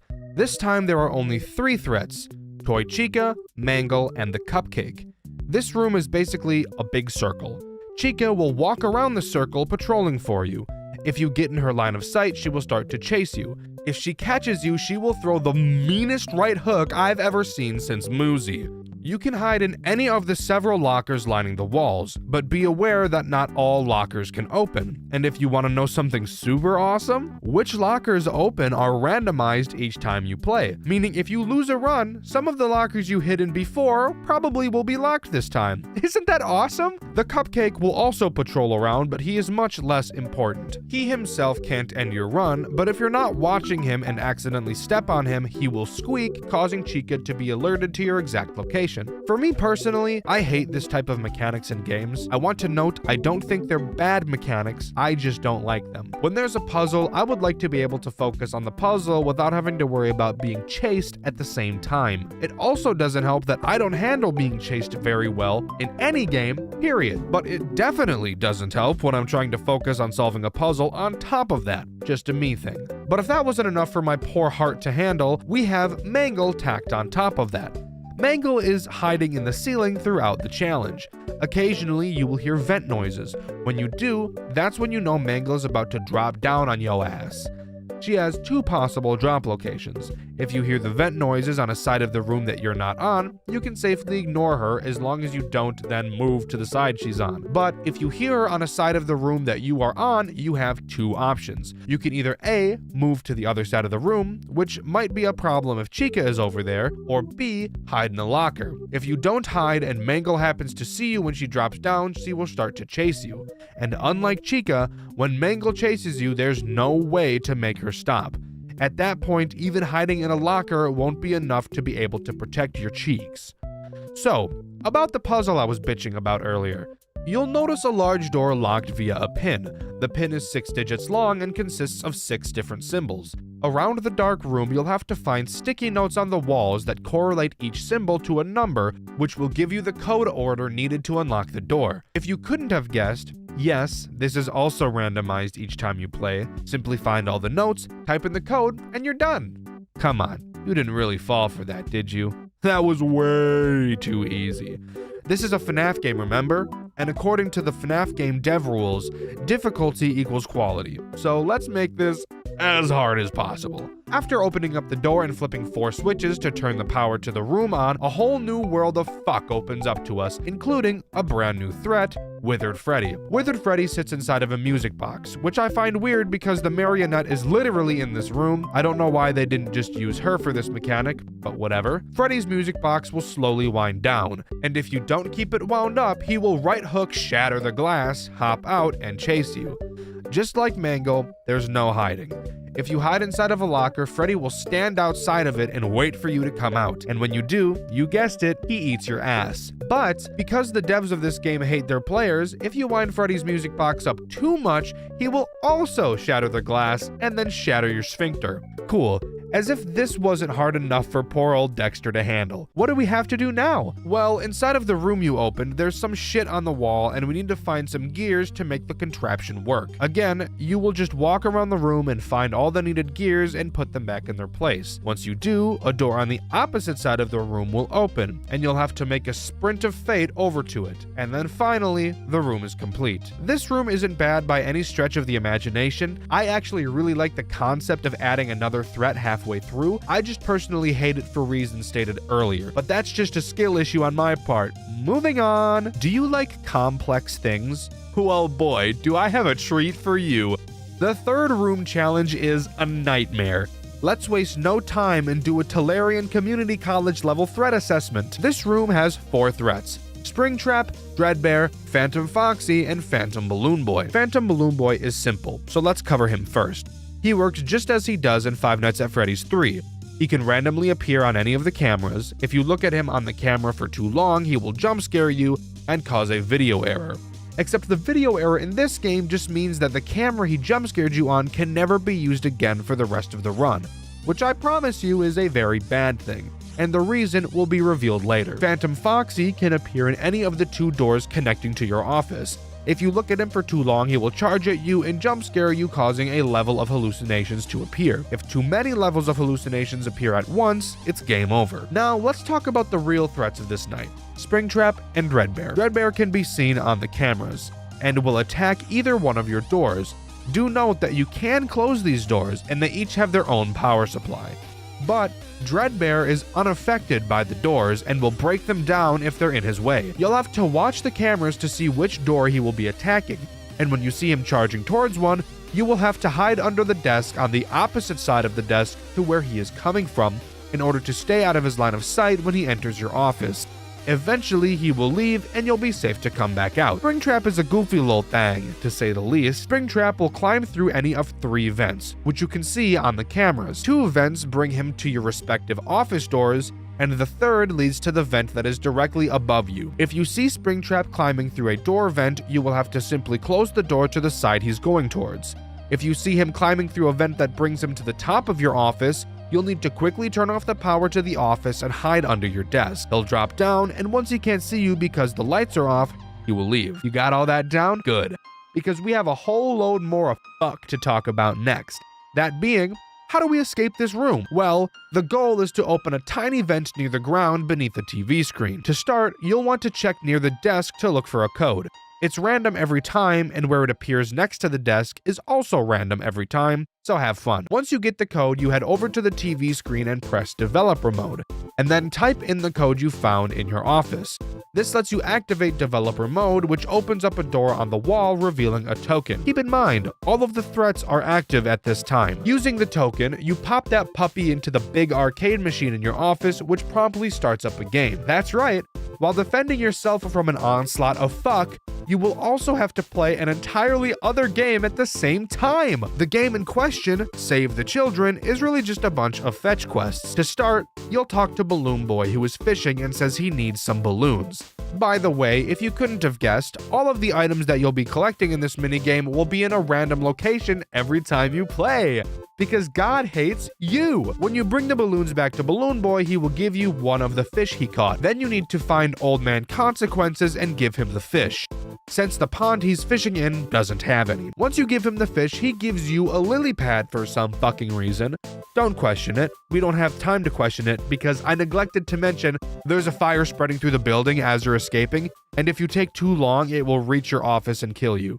No, I'm not joking. Oh, and again, keep in mind all of the threats I mentioned are still pulverizing your butthole. Once you have the lily pad, you'll take it back to Balloon Boy's pond and use it as a bridge to talk to this fucking robot thing. The robot says its watch is broken, so fuck you, go look for a clock. Once you find the clock and bring it back to the robot, he gives you a penguin, I think is what that thing is. Then you take the penguin over to Lolbit, who gives you a key to unlock a gate, which then leads you to an area where you need to unlock another gate. Yes, this minigame is still happening right now. You spelunk into a cave and talk to some dude who thinks the cave is too dark. You then have to leave the cave and go look for a torch, head all the way back and give the torch to him. He will then give you a key to unlock the other gate, and when you do, you'll exit the area, leading to a William Afton cutscene where he goes sicko mode inside of his Springlock suit. And finally, you have to sit there and wait as the game reboots. Again, we're on a time crunch, so your butthole will probably be puckered at this point. Again, threats are still up the wazoo right now, so don't get comfortable. Once the system reboots, you'll get another 5-digit code which you can use to unlock a box on the office desk, which reveals a key. You then use the key on a keyhole in the fucking wall for some reason, and at this point, no matter how much time you have left, the game will start to count down from 6. Once the fire reaches your office, the small vent I mentioned at the beginning of this room will finally open, and you'll be free to crawl through it, but not before Springtrap lunges out and grabs your ankle with lust in his eyes and shit. You quickly close the vent and decapitate that bitch, and finally, you complete the room. Holy shit, This room gave me a panic attack and made me shart my pants. Shall we begrudgingly move on to the next room? I think so. Let's keep this gravy train rolling. Do you enjoy having headaches? If you do, this next room is for you. Let's go over it together. I'll hold your hand. This room is made up of 2 hallways, 2 windows, and a bunch of screens, a small elevator, and a life-size 7-foot-tall circus baby animatronic. The goal of this room is to put baby back together, but I'm getting ahead of myself. Let's first go over the threats this room has to offer. The first threat is Ballora. At times you will hear her music box begin to play. Depending on which side of the room you hear the music coming from, you'll need to go over to that side's hallway and press an electric shock button that will electrify the doorway, shocking Ballora and making her go away. If she gets in, I'm guessing you can figure out what happens next. Ballora is the easiest threat. What else is there? Well, the 2 other threats are Funtime Foxy and Funtime Freddy. Occasionally, you will hear a gurgling sound cue, letting you know something is wrong with either Foxy or Freddy. You will have to run over to the windows and turn on the light to their room to see where they are. Starting with Foxy, if you see him doing the thug shaker on stage, you just press his shock button, and he will go back to how he's supposed to be. Be careful though, if you shock him too many times for no reason, he'll eat your ass like it's an all-you-can-eat buffet. Freddy, on the other hand, is slightly different. His light button doesn't work. Similar to Sister Location, while looking at him, occasionally sparks will fly out of the wires in his room, briefly illuminating. In this small window of time, you'll be able to see where Freddy is located. He will slowly make his way towards the window, and if he gets too close, you guessed it, ass in his mouth, eating it like a cupcake. If you see Freddy getting too close for comfort, you press the tape symbol button, which will make Bon Bon tell Freddy to get the fuck back on stage. And he promptly will. Again, like Foxy, if you push the tape button too many times for no reason, it's time for the bite of 87 on your asshole. Now, back to putting baby back together to complete the night. You'll notice that baby is missing both arms and both legs. The first thing you'll need to do is find the baby chip hidden on the desk somewhere and plug it into the monitor. For some reason, we don't plug it into a computer, but I guess that's not really important now, is it? Once the monitor comes on, we need to call for baby's different pieces, starting with her arm. The general goal is to get each piece of her delivered and then fuse each of them to her body. Before I get to the fusing part of this process, let me bitch about the delivery process. So obviously, delivering the parts will take time, which isn't what we want because, as usual, we're on a timer here. And because of it, the devs thought it would be oh so funny to have some of the pieces come in broken. And once you put them on and try to fuse them, only then it will tell you it is broken and won't work. And you'll have to take the piece back off, return it, which also takes time, and then order and wait for another piece to be delivered. Why was this necessary, guys? What neuron fired off in your brain that made you think, how can I be Satan today? Anyways, let's talk about fusing, because this is really where the headache of this challenge comes into play. Starting with fusing the head, which for some reason wasn't already fused on, even though the challenge started with her head already being on her body. In order to fuse baby's body parts back to her torso, you have to complete a small minigame. For her head, it's basically just Simon Says, but with numbers instead of colors. But don't worry, the devs weren't just being nice and thinking about colorblind people. We'll get to that in just a minute. This is by far the easiest and least time-consuming part to fuse, but if you mess up a pattern once, you'll have to completely restart the head fusing process. Let's move on to her arms. The minigame for both arms are the same. The goal of this minigame is to divert power from the left side of the screen to the right. You do this by turning a bunch of 90-degree lines and 180-degree lines in order to make a consistent path from left to right. This sounds easy, but holy fucking shit, knowing you're on a time crunch and dealing with 30 pounds of dick in your ass at the same time definitely doesn't make this a smooth process. Do that for both arms and you're on to legs, the part that makes people like me want to die. In order to fuse the legs, you have to play a color matching game.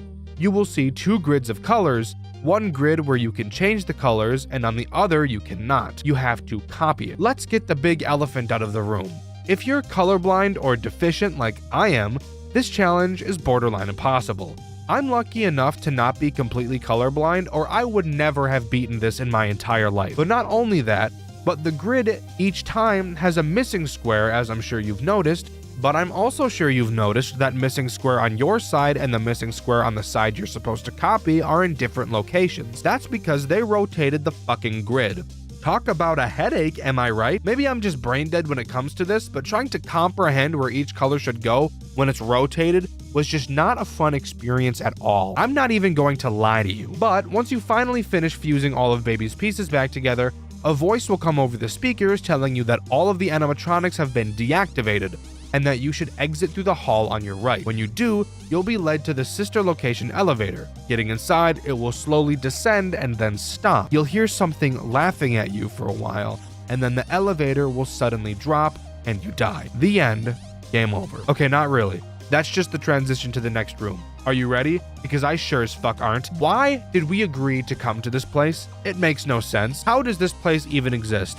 I could have died a solid 276 times at this point, and we're not even done yet. Someone needs to get this place investigated by the FBI because this is some bullshit. What a waste of a Saturday, am I right? Anyways, let's move on. After laying on the floor for approximately 8 days, we finally wake up from the fallen elevator. We walk past a large window and see the characters we just went up against. After the events of the last room, these little tiny robot things apparently grabbed all of the characters to bring them to the scooping room. And this room is presumably that. While we look across the floor of once familiar corpses, the bane of my existence and the shit in my diaper emerges from the tangled mess of wires. Ennard. This guy is the single reason why it took me so long to make this video. Why it took me a month to beat this game. For most, it certainly wouldn't have taken this long, but for me, oh my lord, this next room will give me flashbacks like Charlie in the Trees for the next 5 decades, and possibly until I reach my grave. Remember the second room? How I mentioned I don't handle being chased very well? This room made me question if I would be able to continue making videos on this channel, or if I would have to jump ships to another genre to make review videos about. I'm not kidding, not even a little bit. I originally intended to beat this game on stream on Dexter Black, and you can still see my first stream about this game where I gave up on room 2. Well, for the people who tuned into that stream, no, I didn't give up. But you should also be grateful that I didn't stream this entire process because I spent tens of hours trying to beat this next room alone. Let me explain why. Room 5 is the epitome of everything I hate in a horror game. Literally all the way down to the last detail. I'll give you a warning right now. This is 100% a me problem and is totally my subjective opinion. So, the only threat in this room is Ennard. Thankfully, there aren't any more, but dear lord, Ennard is all it needs. In terms of where we are story-wise, the elevator crashing was definitely not intended to happen, as upon beginning this room, we don't get a monitor telling us what our goals are. This is cool as a passing thought, but it's not really cool when you stop to think that there is absolutely nothing to explain what it is I need to do to complete the challenge. Upon beginning, we're given a wind to power flashlight and some writing on the wall telling us to light up a solar panel using the flashlight. Now, I'm already going to pause real quick. We're being shown a new mechanic, the wind up flashlight and solar panel. Cool. Now tell me, do you suspect we need to light up solar panels ever again in this entire challenge? Or the entire game? I'm assuming you said yes, but you'd be completely wrong. No, there's not a single other solar panel in this entire game. So please, tell me, why the fuck were we shown this? Showing us the flashlight makes sense, but there were countless other ways to do it in a much better way than showing us another mechanic that is never used again. This is exactly like the gun in Moozy. But continuing, once we light the solar panel, a large door opens and the challenge truly begins. The overall goal of this challenge is probably the easiest we've seen so far. It's broken up into 5 distinct tasks. Step 1, find a crowbar. Step 2, use the crowbar to force open a drawer near Kyle's desk to get a keycard. Step 3, use Kyle's keycard to open a door, allowing you to turn a generator on that powers computer monitors throughout the room. Step 4, find all 3 computers and input 3 colored fuses into each. The fuses are conveniently placed in boxes right next to the computers, so I appreciate that. And step 5, go back to the generator and turn on the central power, which opens the door, allowing you to climb a ladder and beat the challenge. Sounds simple, right? Well, yes. It is simple, but now I need to talk about the problem. Ennard. Ennard will be patrolling the giant maze of a room the entire time you are performing these tasks. If he sees you, he will begin to chase you. If you get caught, you will lose all progress you've made throughout the challenge. Let me tell you another fact. Unlike every room in this game so far, this room ain't small. No, this room is very fucking large. I hate everything about life. Let me complain about some more stuff. If you are near Ennard, he will hear you and be alerted to you if you do the following. wind up the flashlight. Makes sense. It's really loud. I can understand that one. If you run. Okay, yeah. I've seen that in other games before. Running is louder than walking is, and walking. That's right. If you move, period, while he is anywhere remotely close to you, he will hear you and start to chase you. What the fuck? And once he starts chasing you, there's only 2 ways to get him to stop. The devs must have been smoking crack and playing Dead by Daylight while they were designing this section, because one of the methods used to escape an entered chase is by knocking over wood pallets placed around the room. Quickly break the pallets and continue to chase you if you don't hop bottom out of there at light speed. What's the second way of escaping a chase? I hear you asking? Well, it's by stunning entered. How do you stun entered? I hear you asking again. That's a great question. I have no fucking idea. I'm not joking. I literally have no fucking clue on earth how, on God's green fuck, you're supposed to stun entered. How do I know you can stun him? Well, every time you die, which, judging by the fact it took me borderline a month to beat this challenge, I did quite frequently, you will get a tip on the loading screen. One of these tips tells you that stunning entered will give you more time to run away than knocking over a pallet will. So I know you can, but the game doesn't elaborate on how to do that as far as I'm aware. So to this day, I still have no idea how to stun entered. I don't know what the hell the game is talking about. I'm stumped. But I'm not even close to done talking about this section of the game. No. I spent a fucking month on this. I can dedicate a few pages of my script to it. You can sit down and listen. I don't care if this video ends up being an hour long. You see, there is a very large, steaming hot, glaring issue with this challenge in specific. Since it's technically not a part of the canonical attraction, there's no tip screen at the beginning. But with no tip screen, there's no telling anyone fuck about fuck. So, as I said, there are 3 computers around the level. Each computer has a box of fuses with differently colored patterns on them right next to them. Each computer requires 3 different fuses. How do you figure out which fuses go where? Well, at first I looked at the colors of the wires going into the computer. I thought, maybe this will give me a hint as to what I'm supposed to do. So I tried to grab the fuses out of the box, but I couldn't. So then I thought, oh, maybe these aren't the fuses, and the actual fuses are randomly placed around the map. So I went to look. I looked, and I looked, and I looked, but I never found any fuses. Eventually, I died for probably the 48,000th time to see a tip appear on my screen. You won't be able to pick up fuses until you turn on the monitors. You didn't think to tell me that?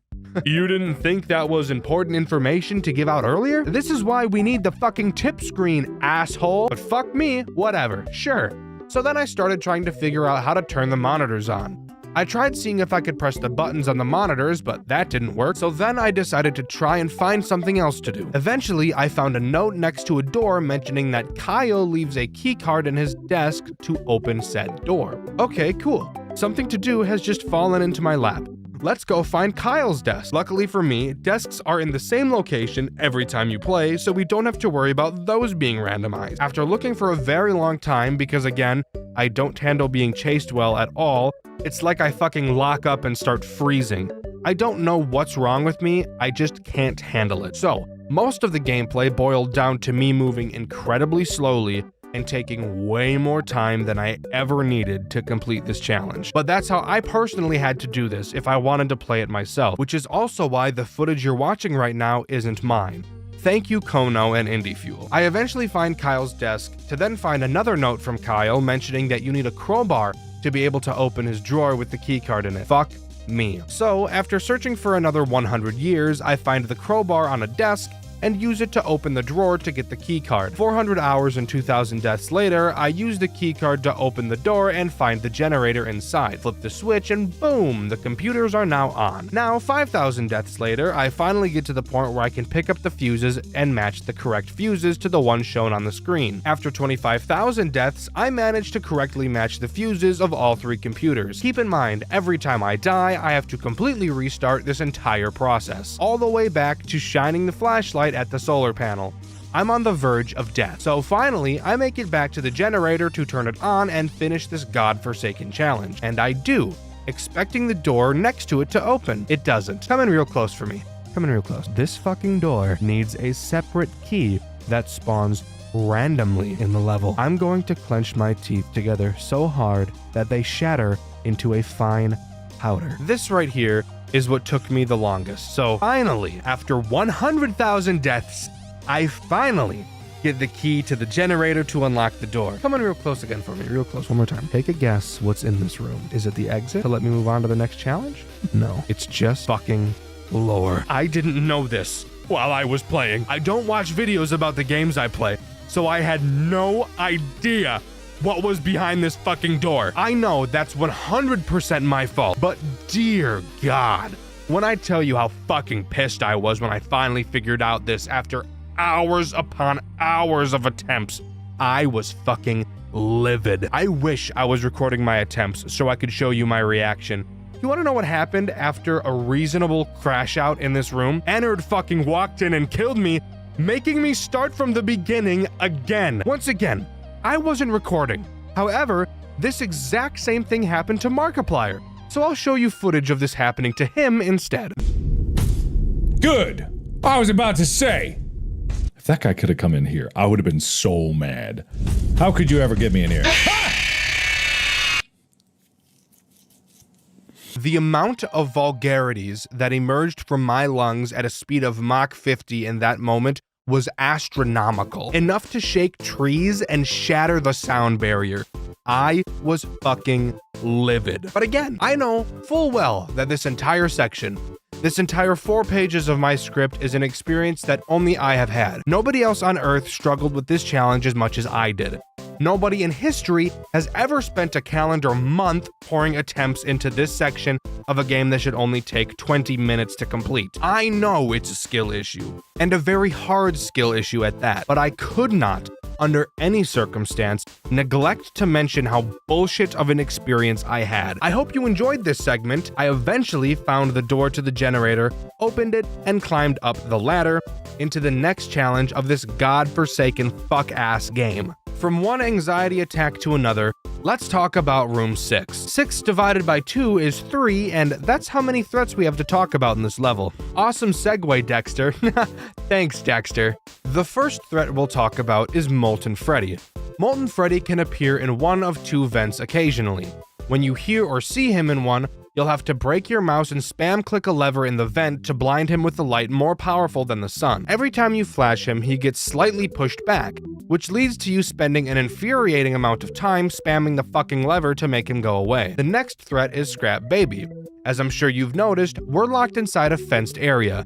On the outside of the fence is a forest, and occasionally you'll be able to see Baby limping her way out from between the trees towards your fence. When she gets to the fence, she'll hop that shit like an Olympic athlete and fuck your shit up.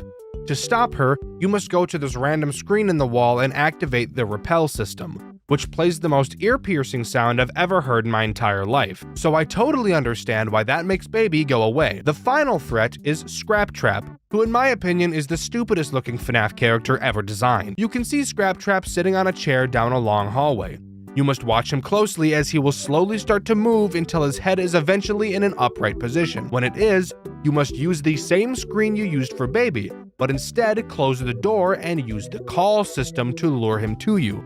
After waiting what will feel like an eternity, you will be able to hear him stand up from the chair and sprint like Usain Bolt towards the door, and pound on it like he's on speed. Then he will go back to the chair and you can open the door and turn off the call system. By the way, the call system is also the worst sound I've ever heard in my whole life. Thank you for asking.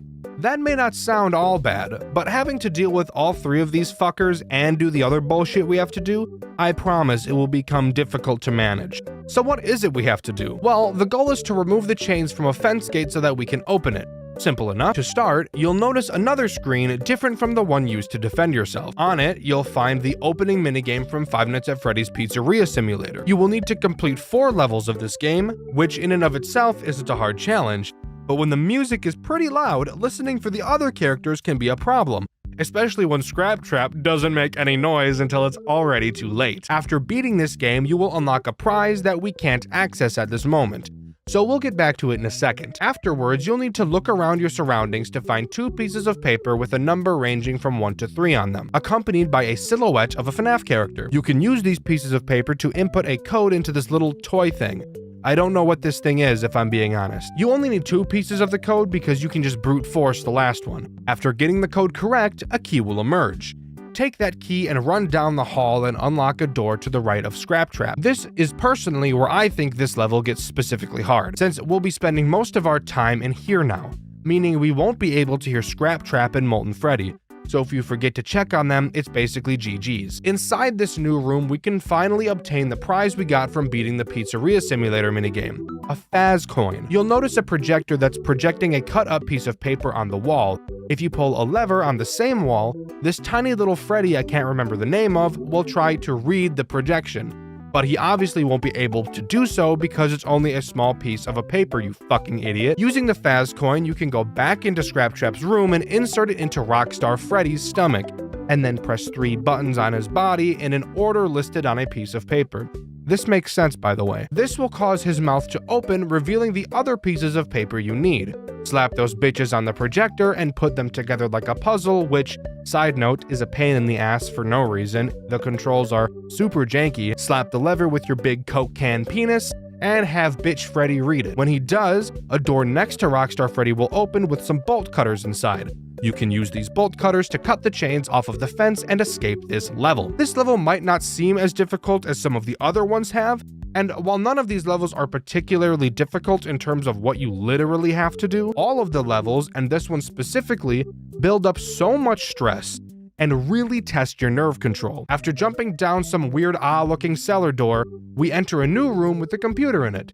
It shows an error that it detected human movement. Obviously, we just entered the room, of course. While reading through the files on the computer that detail a plan to revive someone through our corpse. Another human detection error shows up on screen. Knowing that we haven't moved, we turn around and get our shit smacked up by Vanny and get knocked out. Fun fact, you can actually spot Vanny spying on you in almost every other level in the game if you're looking closely enough. Just something cool I thought I'd bring up. We wake up to Vanny dragging us into an unknown room.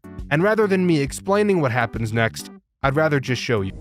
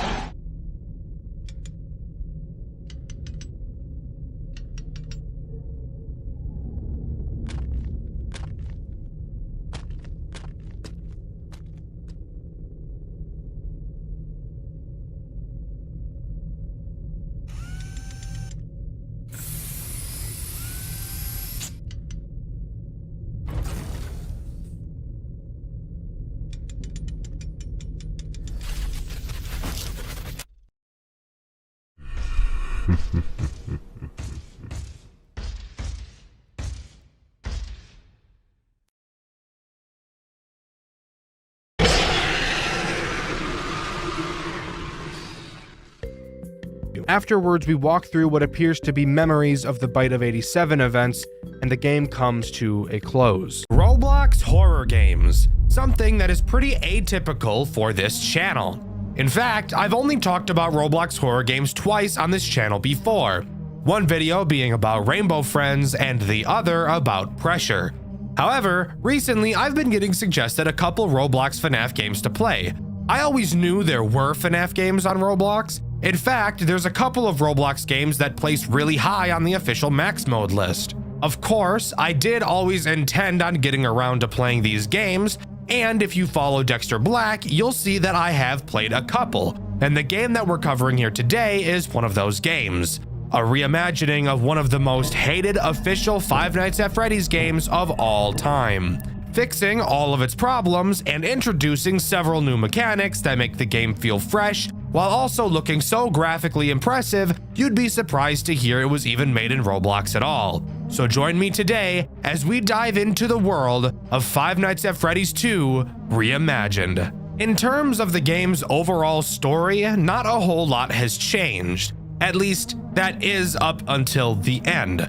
We'll obviously talk about that later, so if you were hoping for a massive lore dump, hate to break it to you, it's pretty much just the official lore with a few changes. However, it's still told very well. But hold up, guys. I need to take a moment to tell you that this video is sponsored by me, once again in collaboration with Makeship. The folks over at Makeship and I have been talking about getting our own community Skags plushie made. That's this little demon guy's name in case you weren't aware. And we're starting a petition for the potential for this plushie to be made, and that petition starts today. From the moment this video goes up, we have 10 days for 200 unique people to donate $2 to the petition in order to prove to Makeship that this is actually something we're looking for. Here's some of the mock-up art of what the plushie could look like. We decided to make it obviously the little demon man, and we even put it in the funny little Five Nights at Freddy's plushie style, which I think you guys and me could really relate to, really like. It looks awesome. So if this is something you want to see to be able to happen, to have your own little Skags plush, then I'd highly recommend you go to the link in the description below and go ahead and donate $2 to the petition to allow us to actually start the design process for this plushie. Thank you guys so much for all the support. I appreciate it a lot. Let's get back to the video. Night 1 starts the way most do. You get a phone call from the phone guy, Ryan. Ryan gives us the basic rundown of what's going on, what we're doing, and how to do it.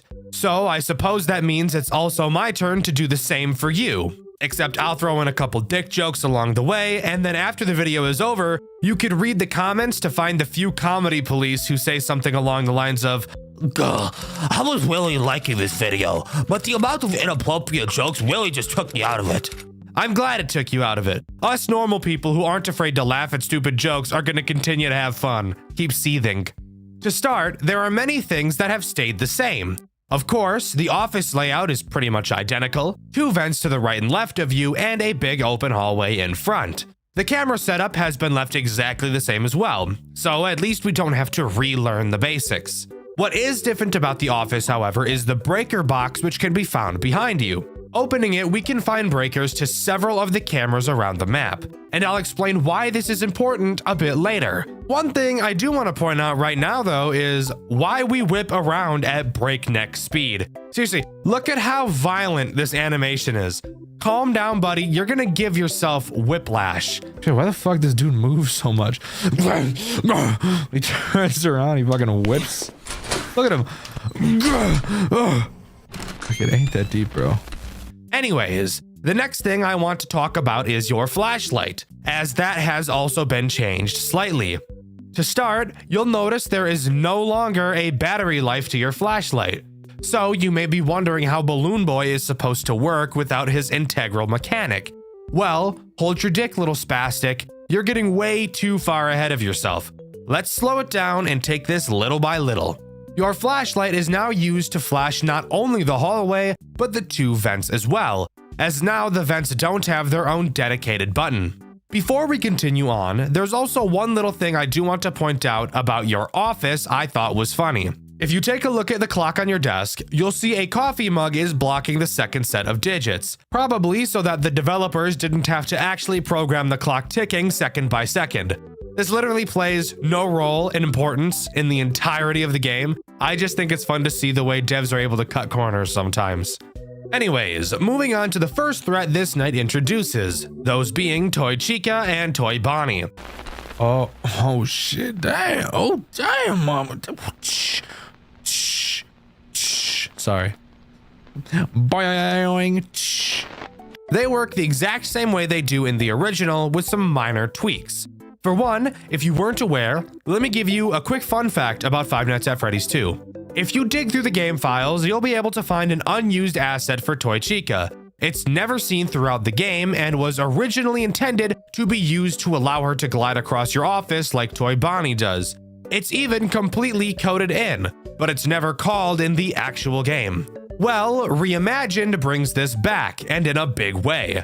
Both Bonnie and Chica will enter your office after being in your vents.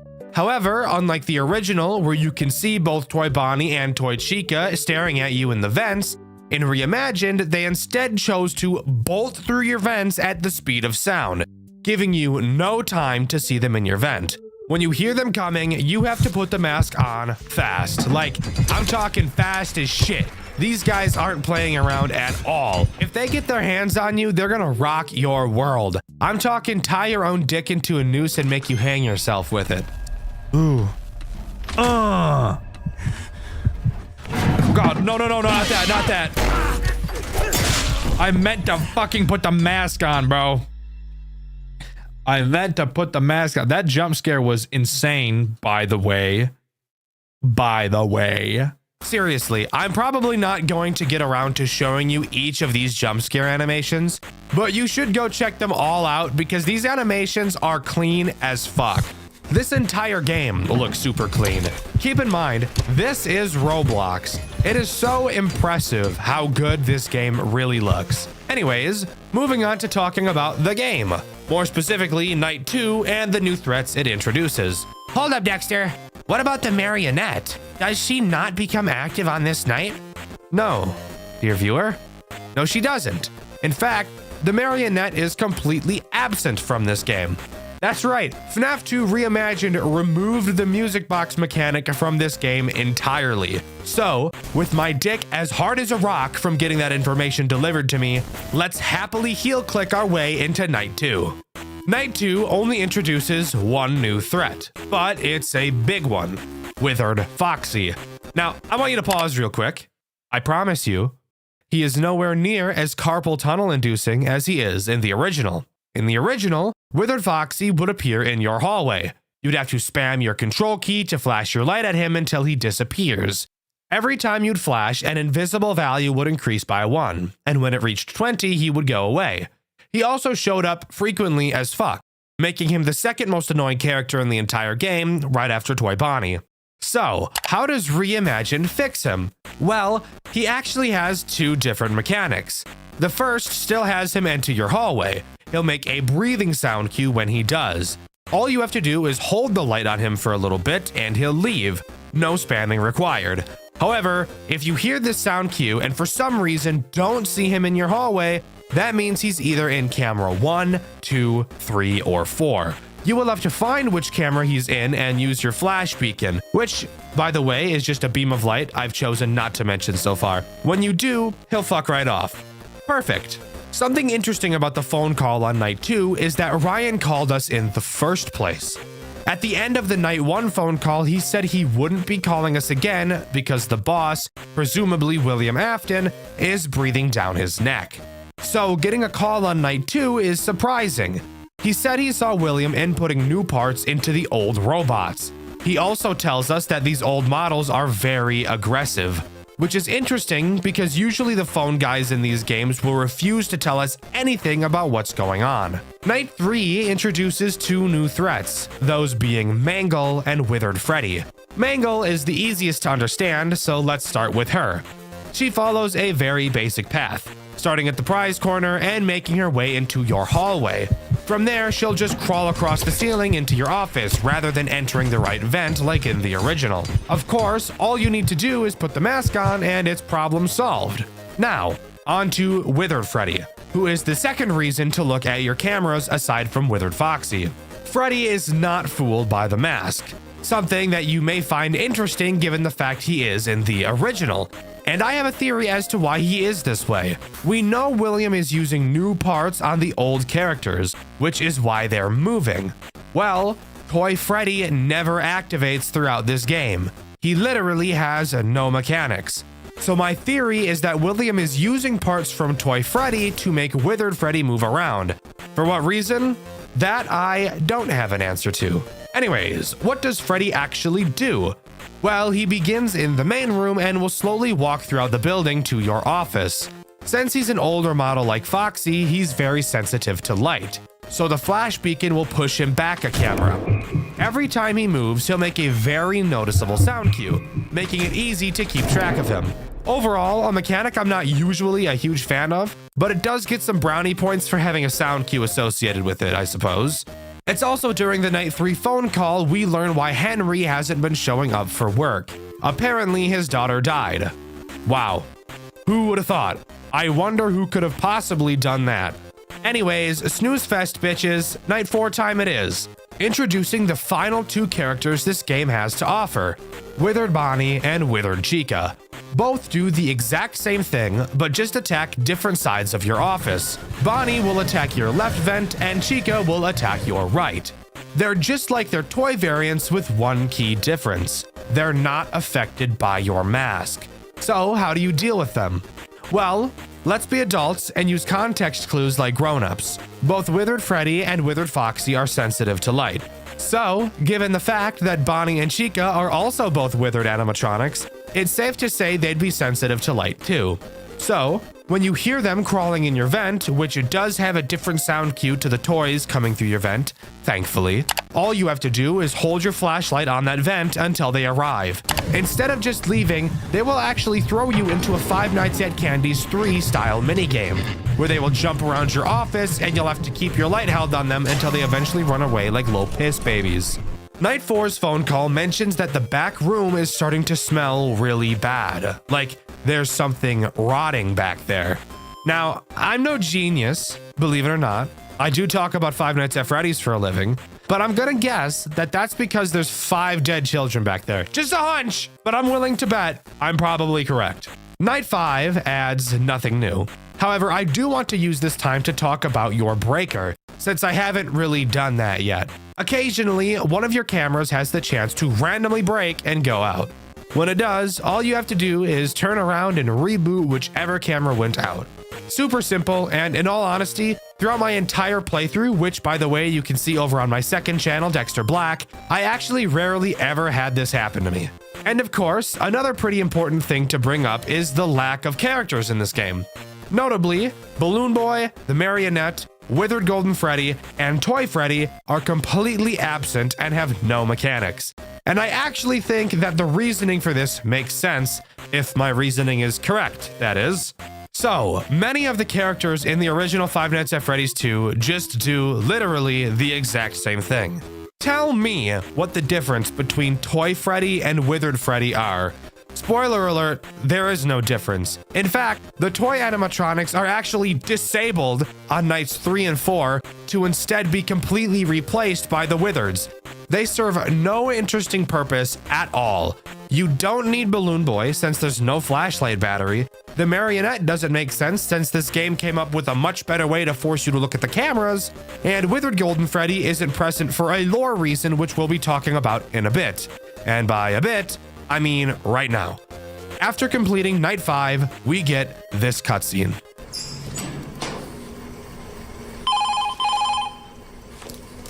Michael, William just pulled into the parking lot. You need to get out of there now. Don't even bother with the parts and service room anymore. Just get the hell out.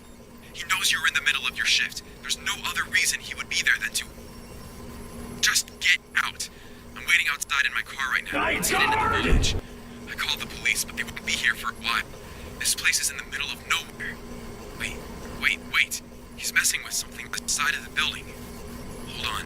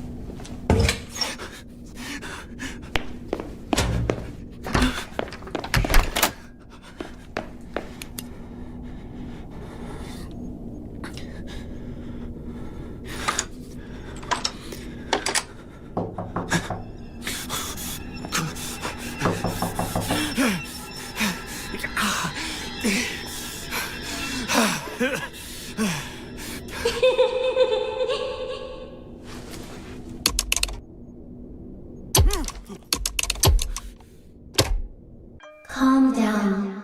I'm not going to hurt you. He's afraid of me. He won't follow you in here even if he could. How in the world are you talking to me? What do you mean? I'm right here, aren't I? You're not human. How could you talk to me? I'm not human? Look at my hands right here. I'm talking to you right now. But, never mind. Oh, this is insane. Who are you? My name is Charlotte. What the hell happened here? He hurt us really bad. I was bleeding here, then I fell asleep. I can't move anymore. You were bleeding? Yes, I was bleeding right here, I think. After that, I don't remember much. Then I woke up. Do you remember anybody else here with you? My friends were here. He heard them too. I tried to stop him, but the more I cried, the more it hurt. I just wanted them to be safe. I'm sorry. You said he heard us. Who is he? You know who he is. I believe I do. He's here right now. William. I know that. He won't come in here anymore. He is afraid of me and my friends. Are your friends the ones out there right now? Yes, but they're confused and angry. They're looking for the one who did this to them. Why are they so aggressive to me? I would never. William was masked when he hurt us. They don't know who to blame. It doesn't help that you're wearing that uniform. Why don't you just tell them? It's not that easy. I can't talk to them the same way I can talk to you. They won't listen to me. I think they're still in shock. How do you know the truth? My father knew William. They were business partners. I never thought he would hurt us. I trusted him. Do you really believe you're still human? I don't feel any different. I can still see my hands and they look like my own. I just feel a little cramped. If I think about it too much, I'll go mad. Where did William hide you and your friends after he hurt you? I don't know. As I said, I fell asleep after he hit me. Is there any way I can help you or your friends? Help you move on? Burn this place to the ground. But It's the only way to help my friends. They'll get nothing from revenge. It'll only make them more confused. okay, I can help you. Wait, one more thing. Yes? I haven't heard William in a couple of minutes. What is he doing right now? Hiding, like a coward, waiting for me to kill you. He thinks I'm like the others. He believes that when my friends inevitably kill either you or Ryan, they'll get the closure they need to leave their bodies. It's a pipe dream, but his last resort. He's been trying to get us out for days now without destroying the characters. Your father. You said he and William were business partners. His name is Henry, right? Yes, his name is Henry. Please tell me he's alright. I don't know. He's been looking for you. He filed a missing persons report to the police and he hasn't come into work for a week. I don't want him to see me like this. He'll find out the truth sooner or later. Okay, I think I'm ready. Thank you for this. Break those pipes in the kitchen and you'll release flammable gas into the building. Do you have a lighter? Of course. William is hiding in the bathroom right now, waiting for you to walk down the hallway. Don't worry, my friends will find him shortly. They're relentless, as you would know. He doesn't have the slightest clue how aggressive they've gotten. It won't be pretty. He'll get what he deserves. That he will. Quiet. Listen. Quick, now's your chance. Let this place just become a bad memory.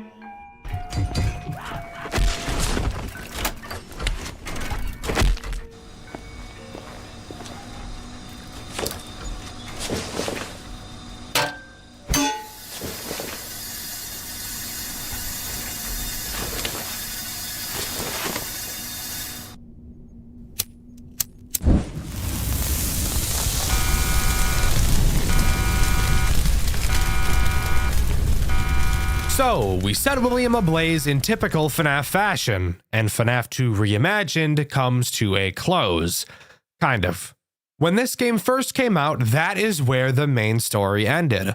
However, months after, a DLC was released that introduced a sixth night. And that night is something so unique, I've only seen something like it once before. Michael, You have a calling. Your efforts to save them, how selfless, have failed. They're still here with me. Charlotte, Oliver, Lucas, Ethan, and Zoe. I still remember their screams like it was yesterday. And they'll die again, and again, and again.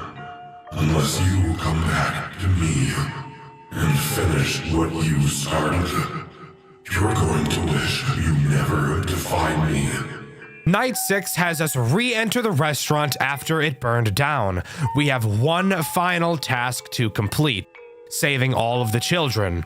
This night reminds me heavily of the entire gameplay loop of A Shadow over Freddy's, mainly in the way you move around, and the only threat present. As you could have probably been able to tell from the cutscene, William, of course, didn't die from that fire. William will randomly wander around the building. When you run into him, you will have to do something. I literally have no fucking idea what it is you have to do though. I was never able to actually fully understand it. I got some comments from viewers over on Dexter Black because apparently I was just completely fucking wrong. I know it has something to do with your flash burst, which you only have 3 of. Something along the lines of when you see William, flash him, kind of, except it doesn't ever work. And even if you follow him into the next room he went into to try and flash him then, he'll just kill you instantly. I literally have no idea. Maybe I'm just retarded. Anyways, how do you actually save the kids? Well, behind the stage, you'll find a crank. You will use this crank to muff up all of the withered animatronics around the building, who are now barely able to move. Each room that one of these characters are in are what's known as a safe room, meaning that William will not be able to catch you there. And if you have William's attention from him spotting you, you will lose said attention if you enter one of these safe rooms. Using these safe rooms is what I used while playing this game since I was too stupid to understand what I was actually supposed to do. Freddy's corpse is located in the kitchen, Bonnie is in the bathroom, Foxy is in some fucking room. I actually have no idea what the name of this room he's in is called, and Chica is in one of the party rooms. The big opening to the hallway is blocked off, so you'll have to do a pretty big loop around the building in order to get them all. When you go to use the crank on each of the animatronics, a long animation plays, and it's during these animations you can really see how scared these characters appear to be, really hitting home the fact that even though these characters are scary, they are still possessed by children, and you can really see the fear from them during these cutscenes, especially in Foxy's cutscene, which I feel shows how scared they are the most.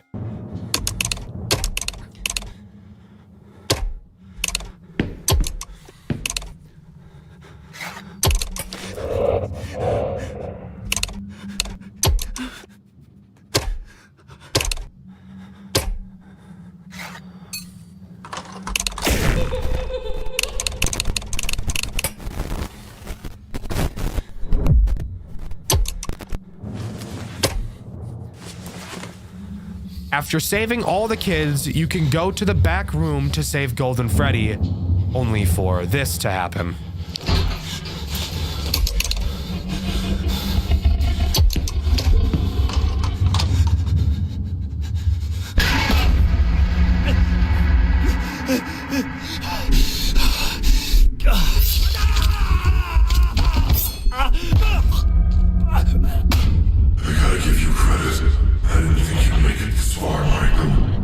Rotten hell.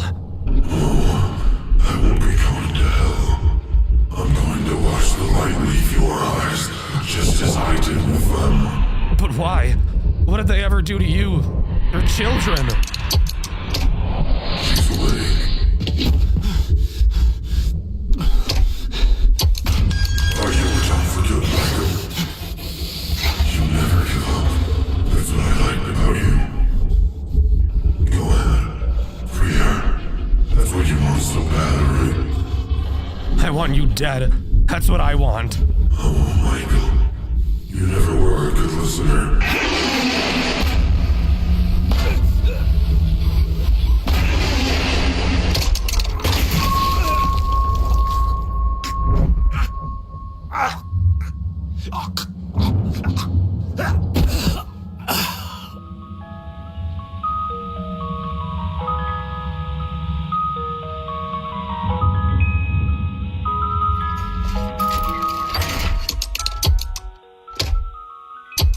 And with that, that's truly where Five Nights at Freddy's 2 Reimagined comes to a close. A borderline perfect recreation of one of the community's most hated official FNAF titles. But now we have to ask the question, was a remake like this necessary? Did we really need someone to change the original game? I think the answer to that question is a resounding yes. Out of all of the official FNAF games, even though FNAF 2 isn't my least favorite, I can totally agree that it is the most boring and, in my opinion, the most uninspired. I mean, FNAF 2 only released 3 months after the first. That is not a lot of time in development for a game of any degree, and I think it really shows. From reusing mechanics from other characters to artificially inflate the roster, to having mechanics so utterly boring and bullshit like the music box in Withered Foxy, I truly think it's only fair to say that this game did Five Nights at Freddy's 2 better than Five Nights at Freddy's 2 ever could itself. Not only does this game look better, it plays better, sounds better, and is more enjoyable to play overall. Nothing feels too RNG based, and each character's mechanics are solid and unique enough. One of my biggest issues with the original Five Nights at Freddy's 2 is the fact that there is only one vent noise, but there are around 14 different instances where a vent noise plays, making the entire night a confusing, overstimulating mess. Of course, another very common problem people have with Five Nights at Freddy's 2 is the RNG. Of course, technically speaking, it can be beaten with no RNG, but that requires you to have a fuck ton of timers and a bunch of other bullshit, and normal people probably aren't going to be doing all that. I'm sure many of you are familiar with the Five Nights at Freddy's fanverse, and I'm sure you know of the questionable character that took part in it, but that's not what this video will be talking about. Maybe I'll cover that hot mess another day. Today, I want to tell you all about a creator from the Fanverse initiative that was forced to remove all of his FNAF-related projects, why, and most importantly, my favorite game that he made, which is now banned. To start, I want to clarify, because some of you may be wondering, how are you talking about this game and how do you have gameplay of you playing it on your second channel Dexter Black, which everyone watching should definitely subscribe to if the game has been banned? Well, that's because people are awesome and have not only archived the game in question that I'll be talking about today, but all games that this creator was forced to remove. The game we'll be talking about today is the banned FNAF game, but also, hands down, one of the scariest FNAF fan games I've ever played, A Shadow Over Freddy's. Before we begin, I'd like to say that I don't make FNAF videos. I make horror game videos. I've just recently been finding so many FNAF games that I've been wanting to talk about. And I will be moving the question of the video winner to the end of the video to hopefully not interrupt and ruin people's experience of the video. Hope you understand, and let's go. A Shadow Over Freddy's begins with some dialogue explaining that we wake up in a dark room and that all we can hear is the low buzz of a metal fan. If you couldn't guess, this room in question is the office from Five Nights at Freddy's 1. Before saying, quote, "Leave immediately before the shadows that have devoured this abandoned building come to consume you as well." We're shown that we have 5 nights remaining, and now we're thrown into the main gameplay loop. A Shadow Over Freddy's is a semi-free roam game where you walk around the pizzeria from FNAF 1. Each night has a different task for you to complete, and as the nights go on, more and more threats are added for you to keep track of. Night 1's objective is simple: find the exit. This game is incredibly accurate to the building we see in Five Nights at Freddy's 1, minus 2 specific things. There's a break room for employees which is located right next to the back room, and an arcade area that's right next to the kitchen door. I guess you could make the argument that there were arcades in FNAF 1, since you really never got a good angle of that part of the pizzeria, but fuck you. I've never seen anyone else do it, so I'm gonna say it's not accurate to the original. Other than that, if you know the FNAF 1 location, you'll be able to move around the area quite easily. A moment ago I said that this game was semi-free roam. I say this because while yes, it is free roam, it's not free roam in the way that other free roam games are.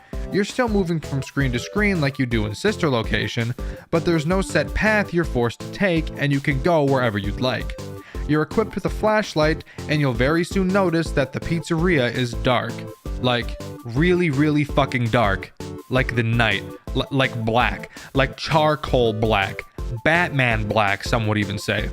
So, seeing isn't super easy. To move around, you just have to point your mouse at the area you want to go and click to advance to that area.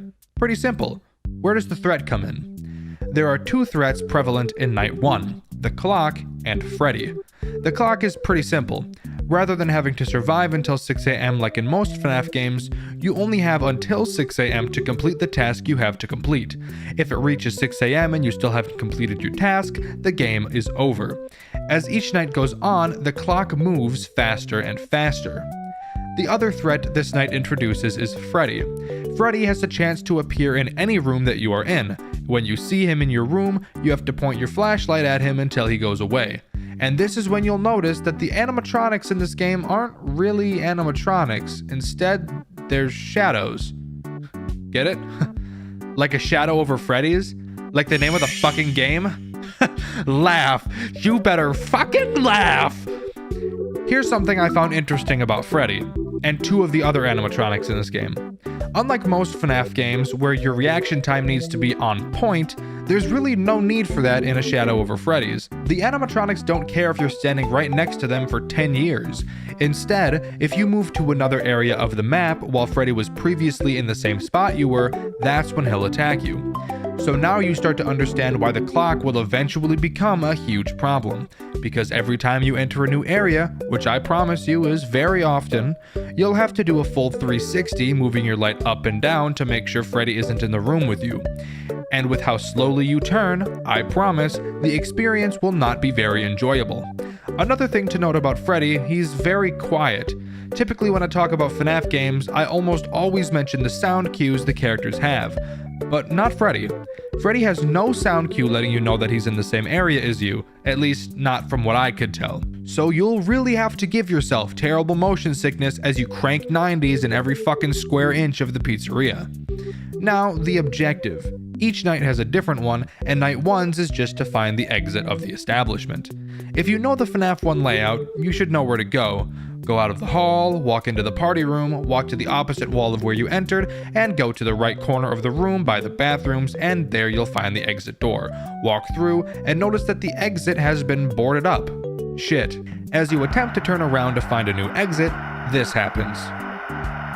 That right there, if you can't tell, is the marionette. Oh, lanky fuck.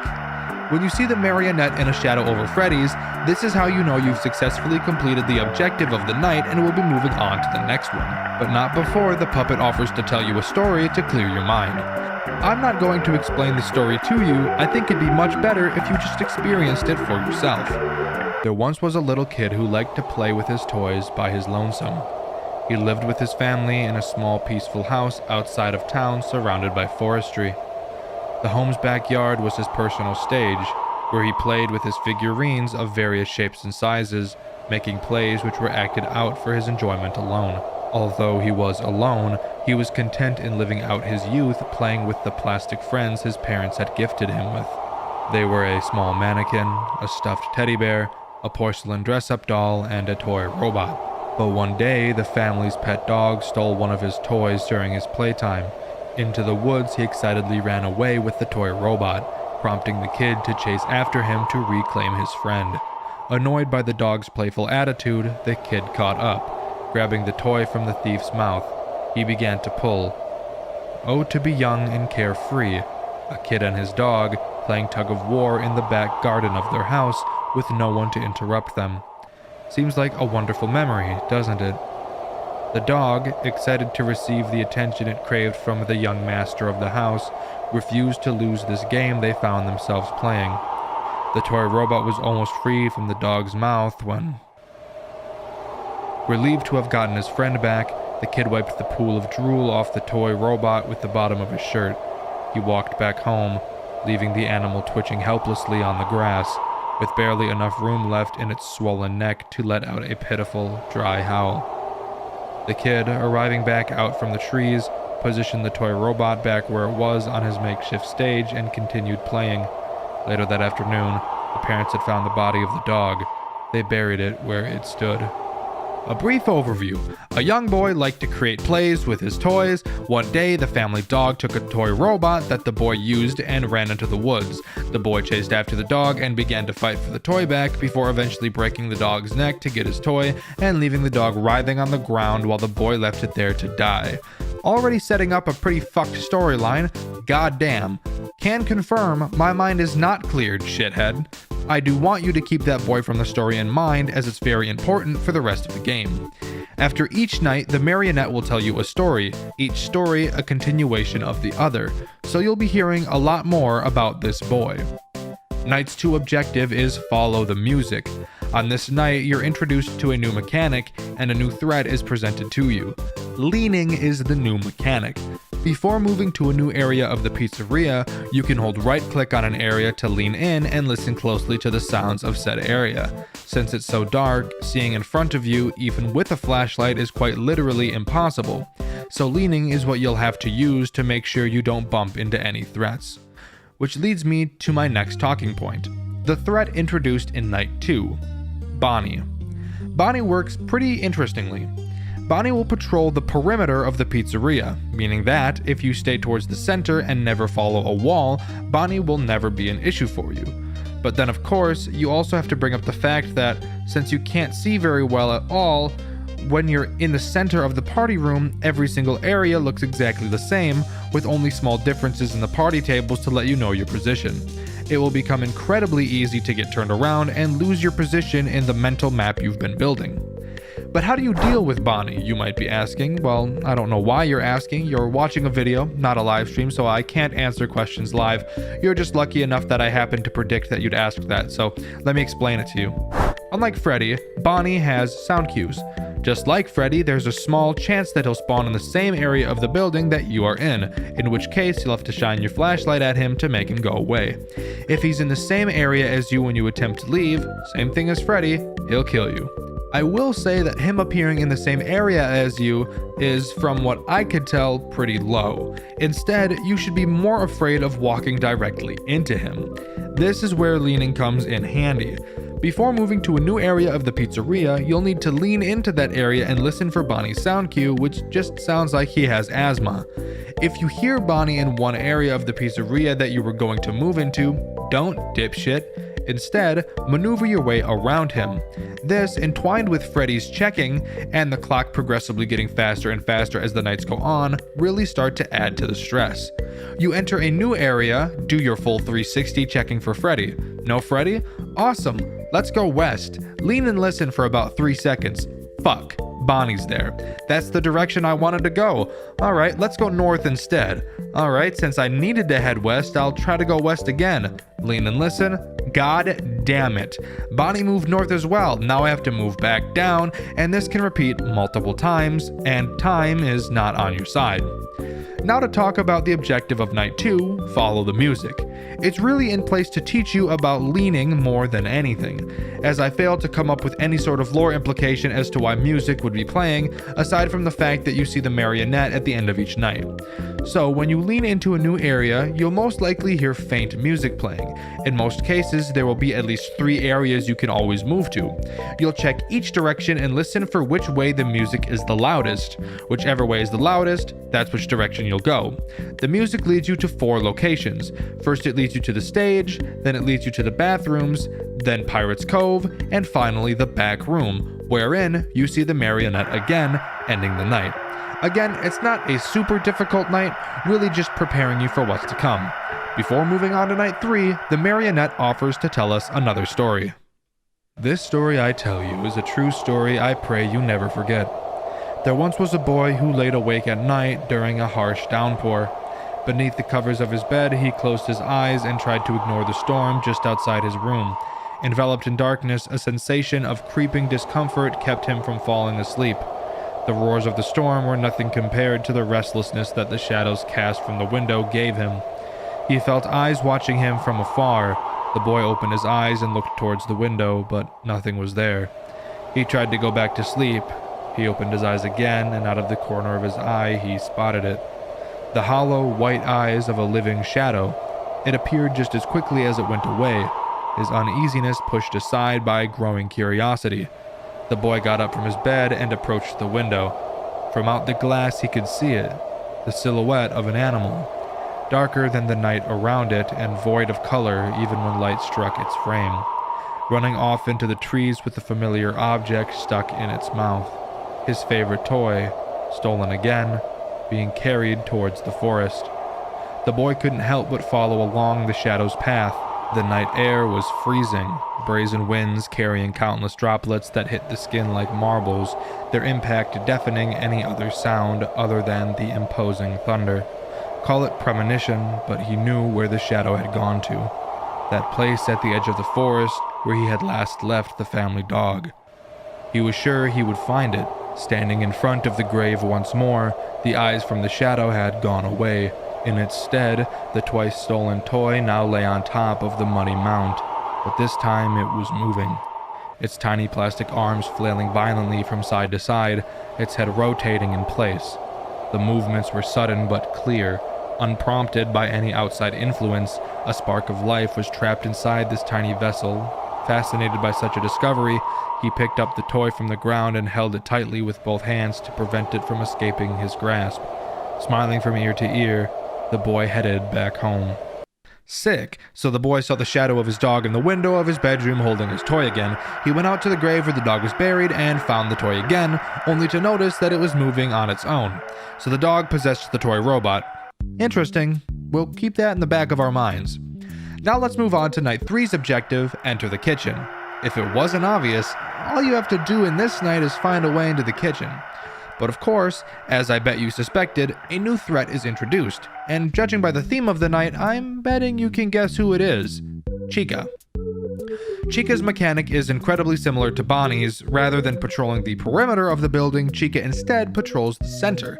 So no matter where you are in the building, you're always at a risk of bumping into an animatronic. The way you can tell if Chica is in front of you is the same as Bonnie. Just lean into the area and listen for Chica's sound cue, which you'll be able to tell is notably different from Bonnie's. There's only one other small difference between Bonnie and Chica. If you stay in one area for too long, Chica will just walk into the same area as you, and if you don't flash her before moving to another area, it's game over. Now, I have a theory. I think originally Chica was meant to be the exact same as Bonnie, except she patrols the middle of the map, but Fiznom added the moving mechanic to prevent a soft lock that can easily happen. Let me tell you about it. So, I should say that Bonnie and Chica can go anywhere in the building. It's just much more common for them to patrol their previously stated areas. And because of this, if you're in one of two specific areas, those two being the stage and Pirate's Cove, you might notice something interesting. There's only two directions you can possibly move in, and there's a pretty common chance that both Bonnie and Chica will be in both of these areas that you can move to, and that you would literally be unable to move without dying, since the animatronics only move when you move. So, I believe that Chica's movement mechanic was added specifically so that if you were to get stuck in a situation like that, you could stand in place and wait for Chica to move into your area, flash her, and then move to the area that she was previously in. Doesn't sound too hard, and it isn't, but this brings up another mechanic in this game that I've failed to mention thus far. In A Shadow Over Freddy's, there's this super epic, radical, and cool mechanic where if you stay in one area for a prolonged period of time, the clock will actually begin to move faster the longer you stay in an area. So constantly moving is the best way to slow the clock down. But of course, as I just mentioned, there's a chance that Bonnie and Chica will body block you all seductive like, licking their lips and shit, and make you wait upwards of 10 seconds for Chica to move to your area. And 10 seconds is enough to make the clock speed up dramatically. So here's a tip. Unless you absolutely have to, try to avoid going on stage and to Pirate's Cove. Now for the objective, entering the kitchen. You'll notice that if you just try to go to the kitchen and open the door that you can't. However, you may also notice that a key outline has appeared at the bottom of your screen. This is to let you know that there is an item you need to pick up, in this night obviously being a key. This key is located in the break room that I mentioned at the beginning of the video. Once you make it there, you grab the key off a key rack and make your way back to the kitchen, where you can then unlock the door and go inside, where you'll find the marionette yet again, ending the night. But before we can move on to night 4, we have to listen to another story, so buckle up, grab some warm milk and a Banky, and let's listen to this shit. There once was a young man who had grown hungry for knowledge. Growing into adolescence, he had isolated himself from his family, focusing instead on his passion for the unknown, the spiritual, the place of mystery he had come to know years ago. In a box under his bed, he hid his secret away from all others, his living plastic friend, still thrashing and writhing inside. Every night he observed his movements intently. The young man spent entire days away from home, reading and studying about spirits and vessels. His interest turned into obsession, and his need to understand grew. Alas, it was all for naught, as no book had the key to the answers he'd been seeking. All he found were vague rumors and legends with no instructions or explanations. Since he was a kid, the young man never saw his dad as anything more than an obstacle. He was a moody, aggressive old alcoholic who only talked to his son when he needed something to shout at.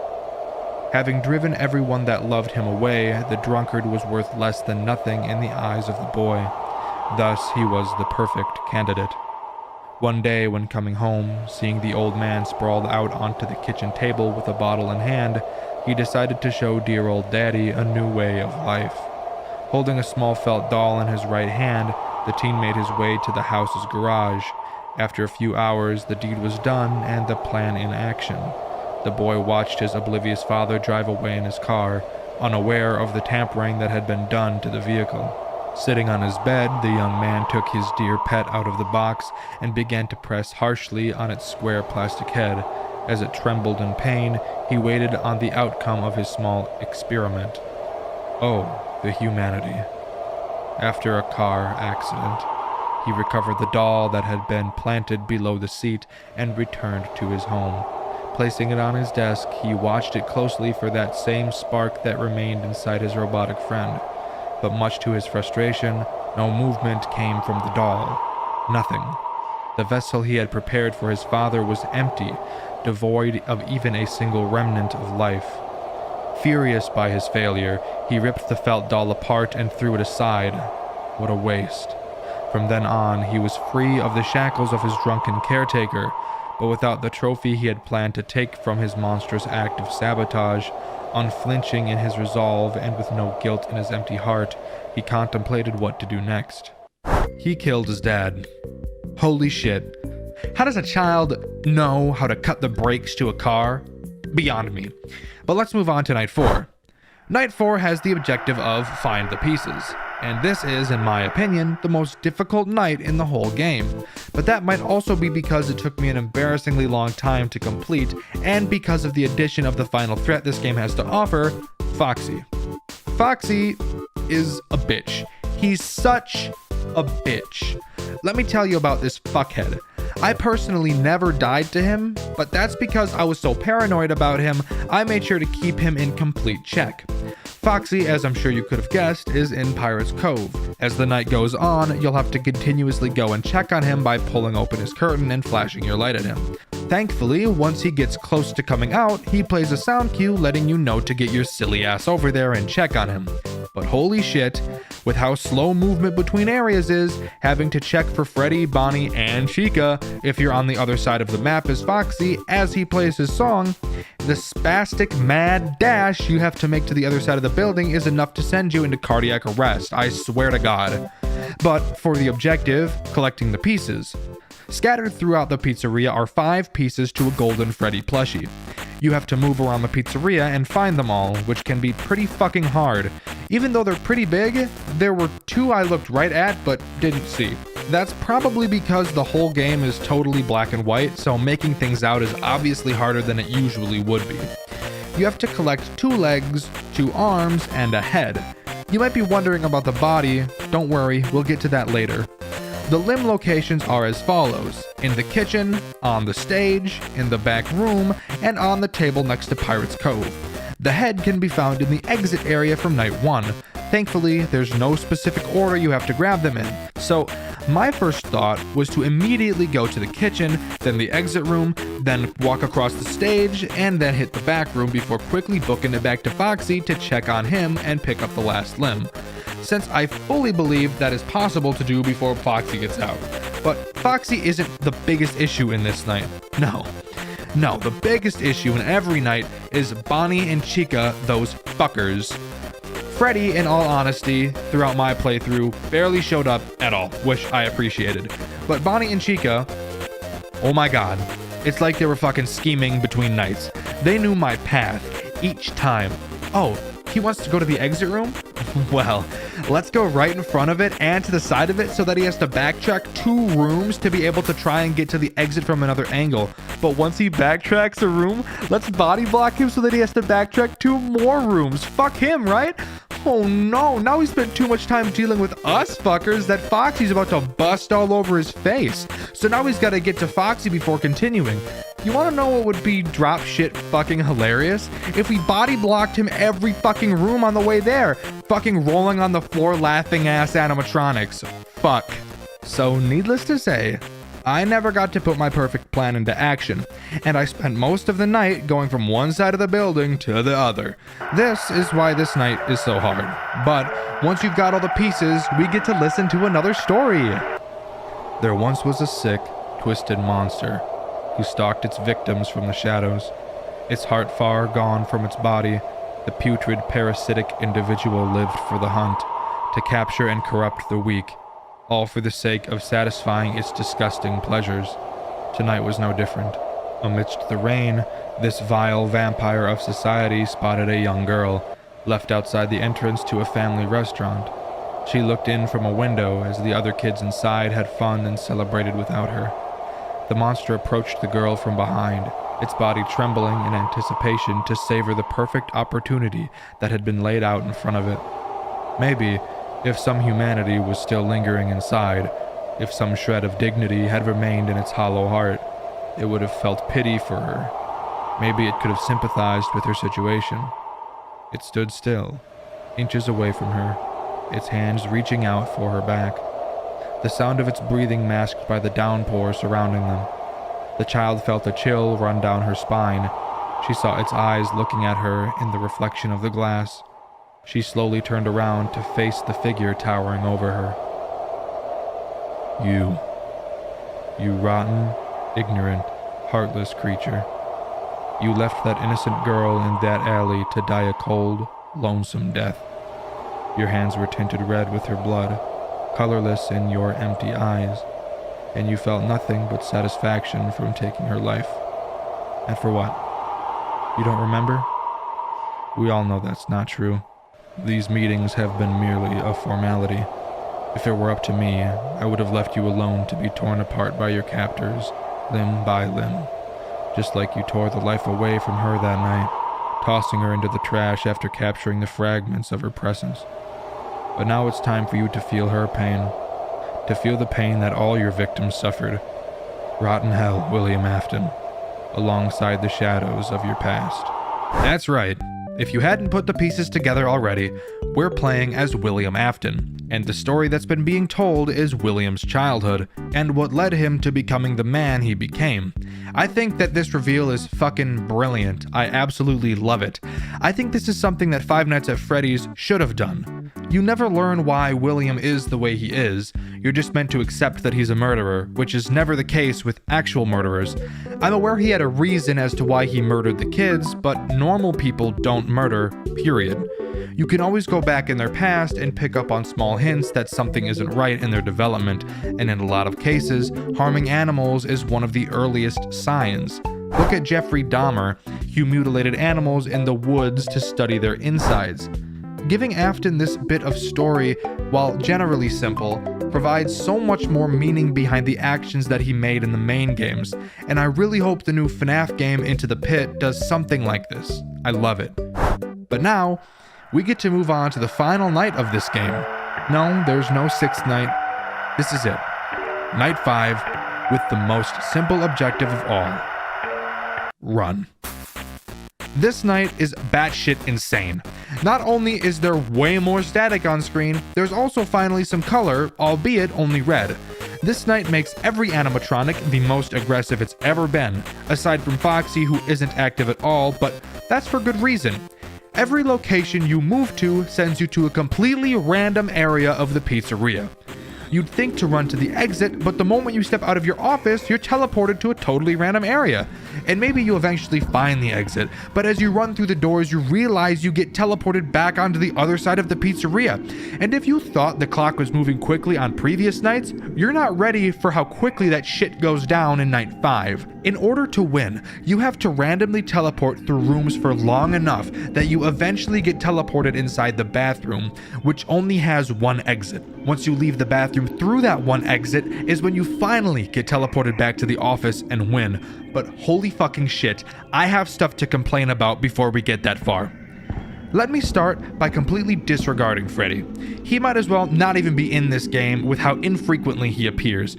But holy shit, Bonnie and Chica make me want to stick my dick in a toaster, holy god. It does not matter how quick you are.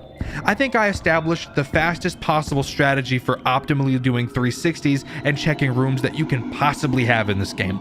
But it doesn't matter how fast you are. There's one enormous factor of luck that you can't overlook.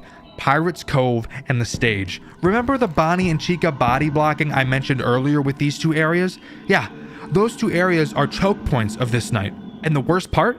There's nothing you can do about it because every location is randomized. There's no pattern to map out in your head because every time you teleport, the entrances and exits get randomized again. Generally speaking, you have 2 shitty teleports that you can go through, and that's considering you've run into rooms where the first area you lean into doesn't have Bonnie or Chica in it. If you've had to check 3 locations before transferring to one of the rooms you've been in, which I promise you happens very often, then you really only have one shitty teleport that you can fall into safely. Why? Because again, the longer you stay in one area, the faster the clock moves. If you end up getting teleported to the stage or Pirate's Cove, there's a non-zero chance that Chica will take her sweet fucking time entering your area, almost guaranteeing that if you get sent to a shit area, that 1 hour is almost 100% going to pass while waiting. That's just how fucking fast the clock is on this night. If you get sent to the stage twice, you might as well just reset the game because there's no chance you'll transfer through enough rooms after that before it hits 6 a.m.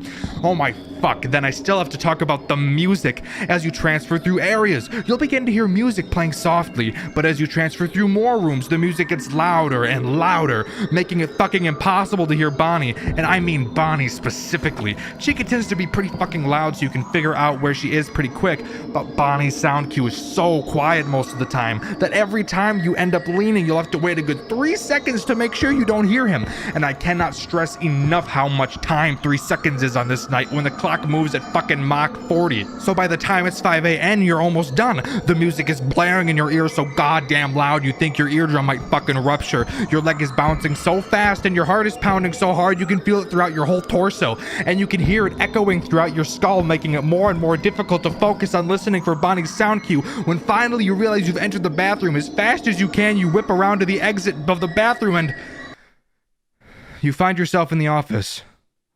All has gone quiet. The red tint has gone away. It's calm. For once. For once, you stop shaking. You take a deep exhale that you've been holding in for the last minute, and your heart rate decreases. As you look around the room you're in, you'll realize the torso of the plushie you collected pieces to on night 4 laid on the desk in front of you. You don't know why you've been collecting the pieces. You just know that it's something that you've had to do. You grab the final piece, and then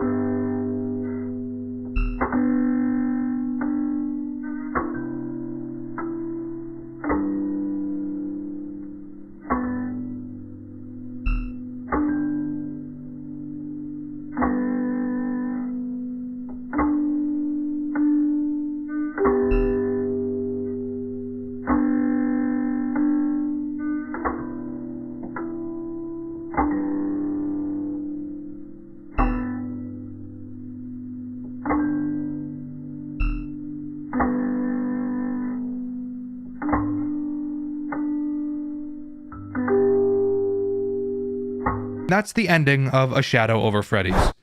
I've said games were masterpieces before, but this one has to take the cake. The gameplay was never overwhelmingly difficult, and it was overall a simple concept, but this game shows you that the only thing that matters in game design is execution, and this game knocked that out of the park tenfold. This is by far my favorite FNAF fan game I've ever played up until this point. The moment I saw the Afton reveal, I just knew I had to make a video about it.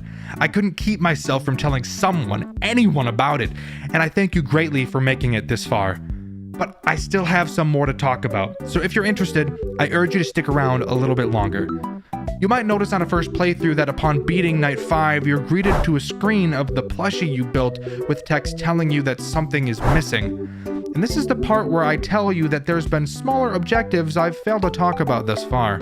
The plushies of the other animatronics. Each night has a different plushie that you can find. Whichever character is introduced on a night, that's which plushie you'll have to find. Night 1 is obviously Freddy, as he's the only one who's active.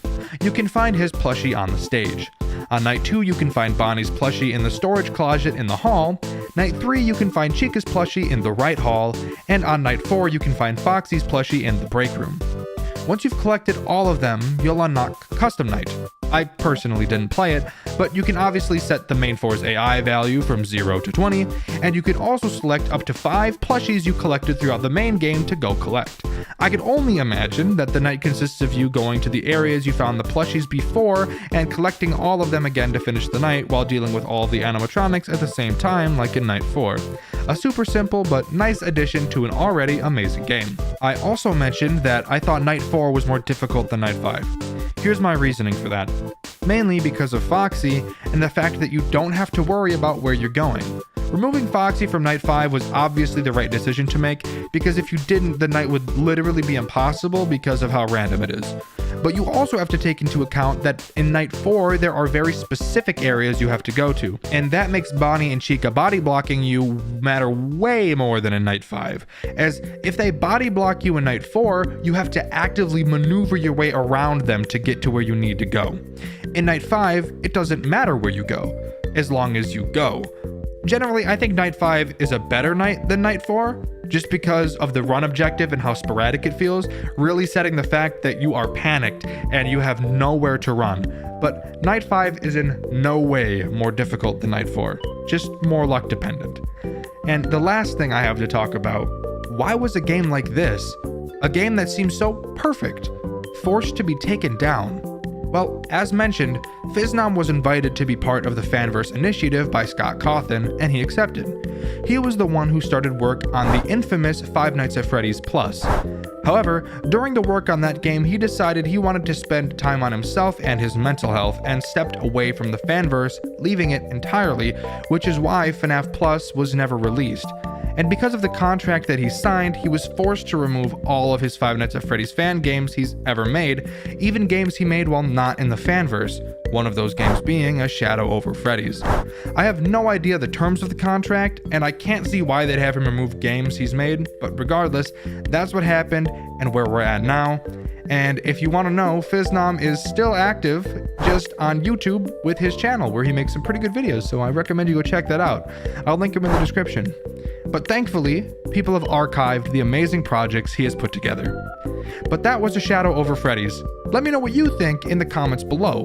Before I go, in the last video I asked you all what your favorite memory from the Joy of Creation story mode was, and my favorite answer was this one by Joker of Spades. They chose the third night simply because it's funny that Bonnie punches the camera. Not a super detailed reason, but it was enough to make me laugh.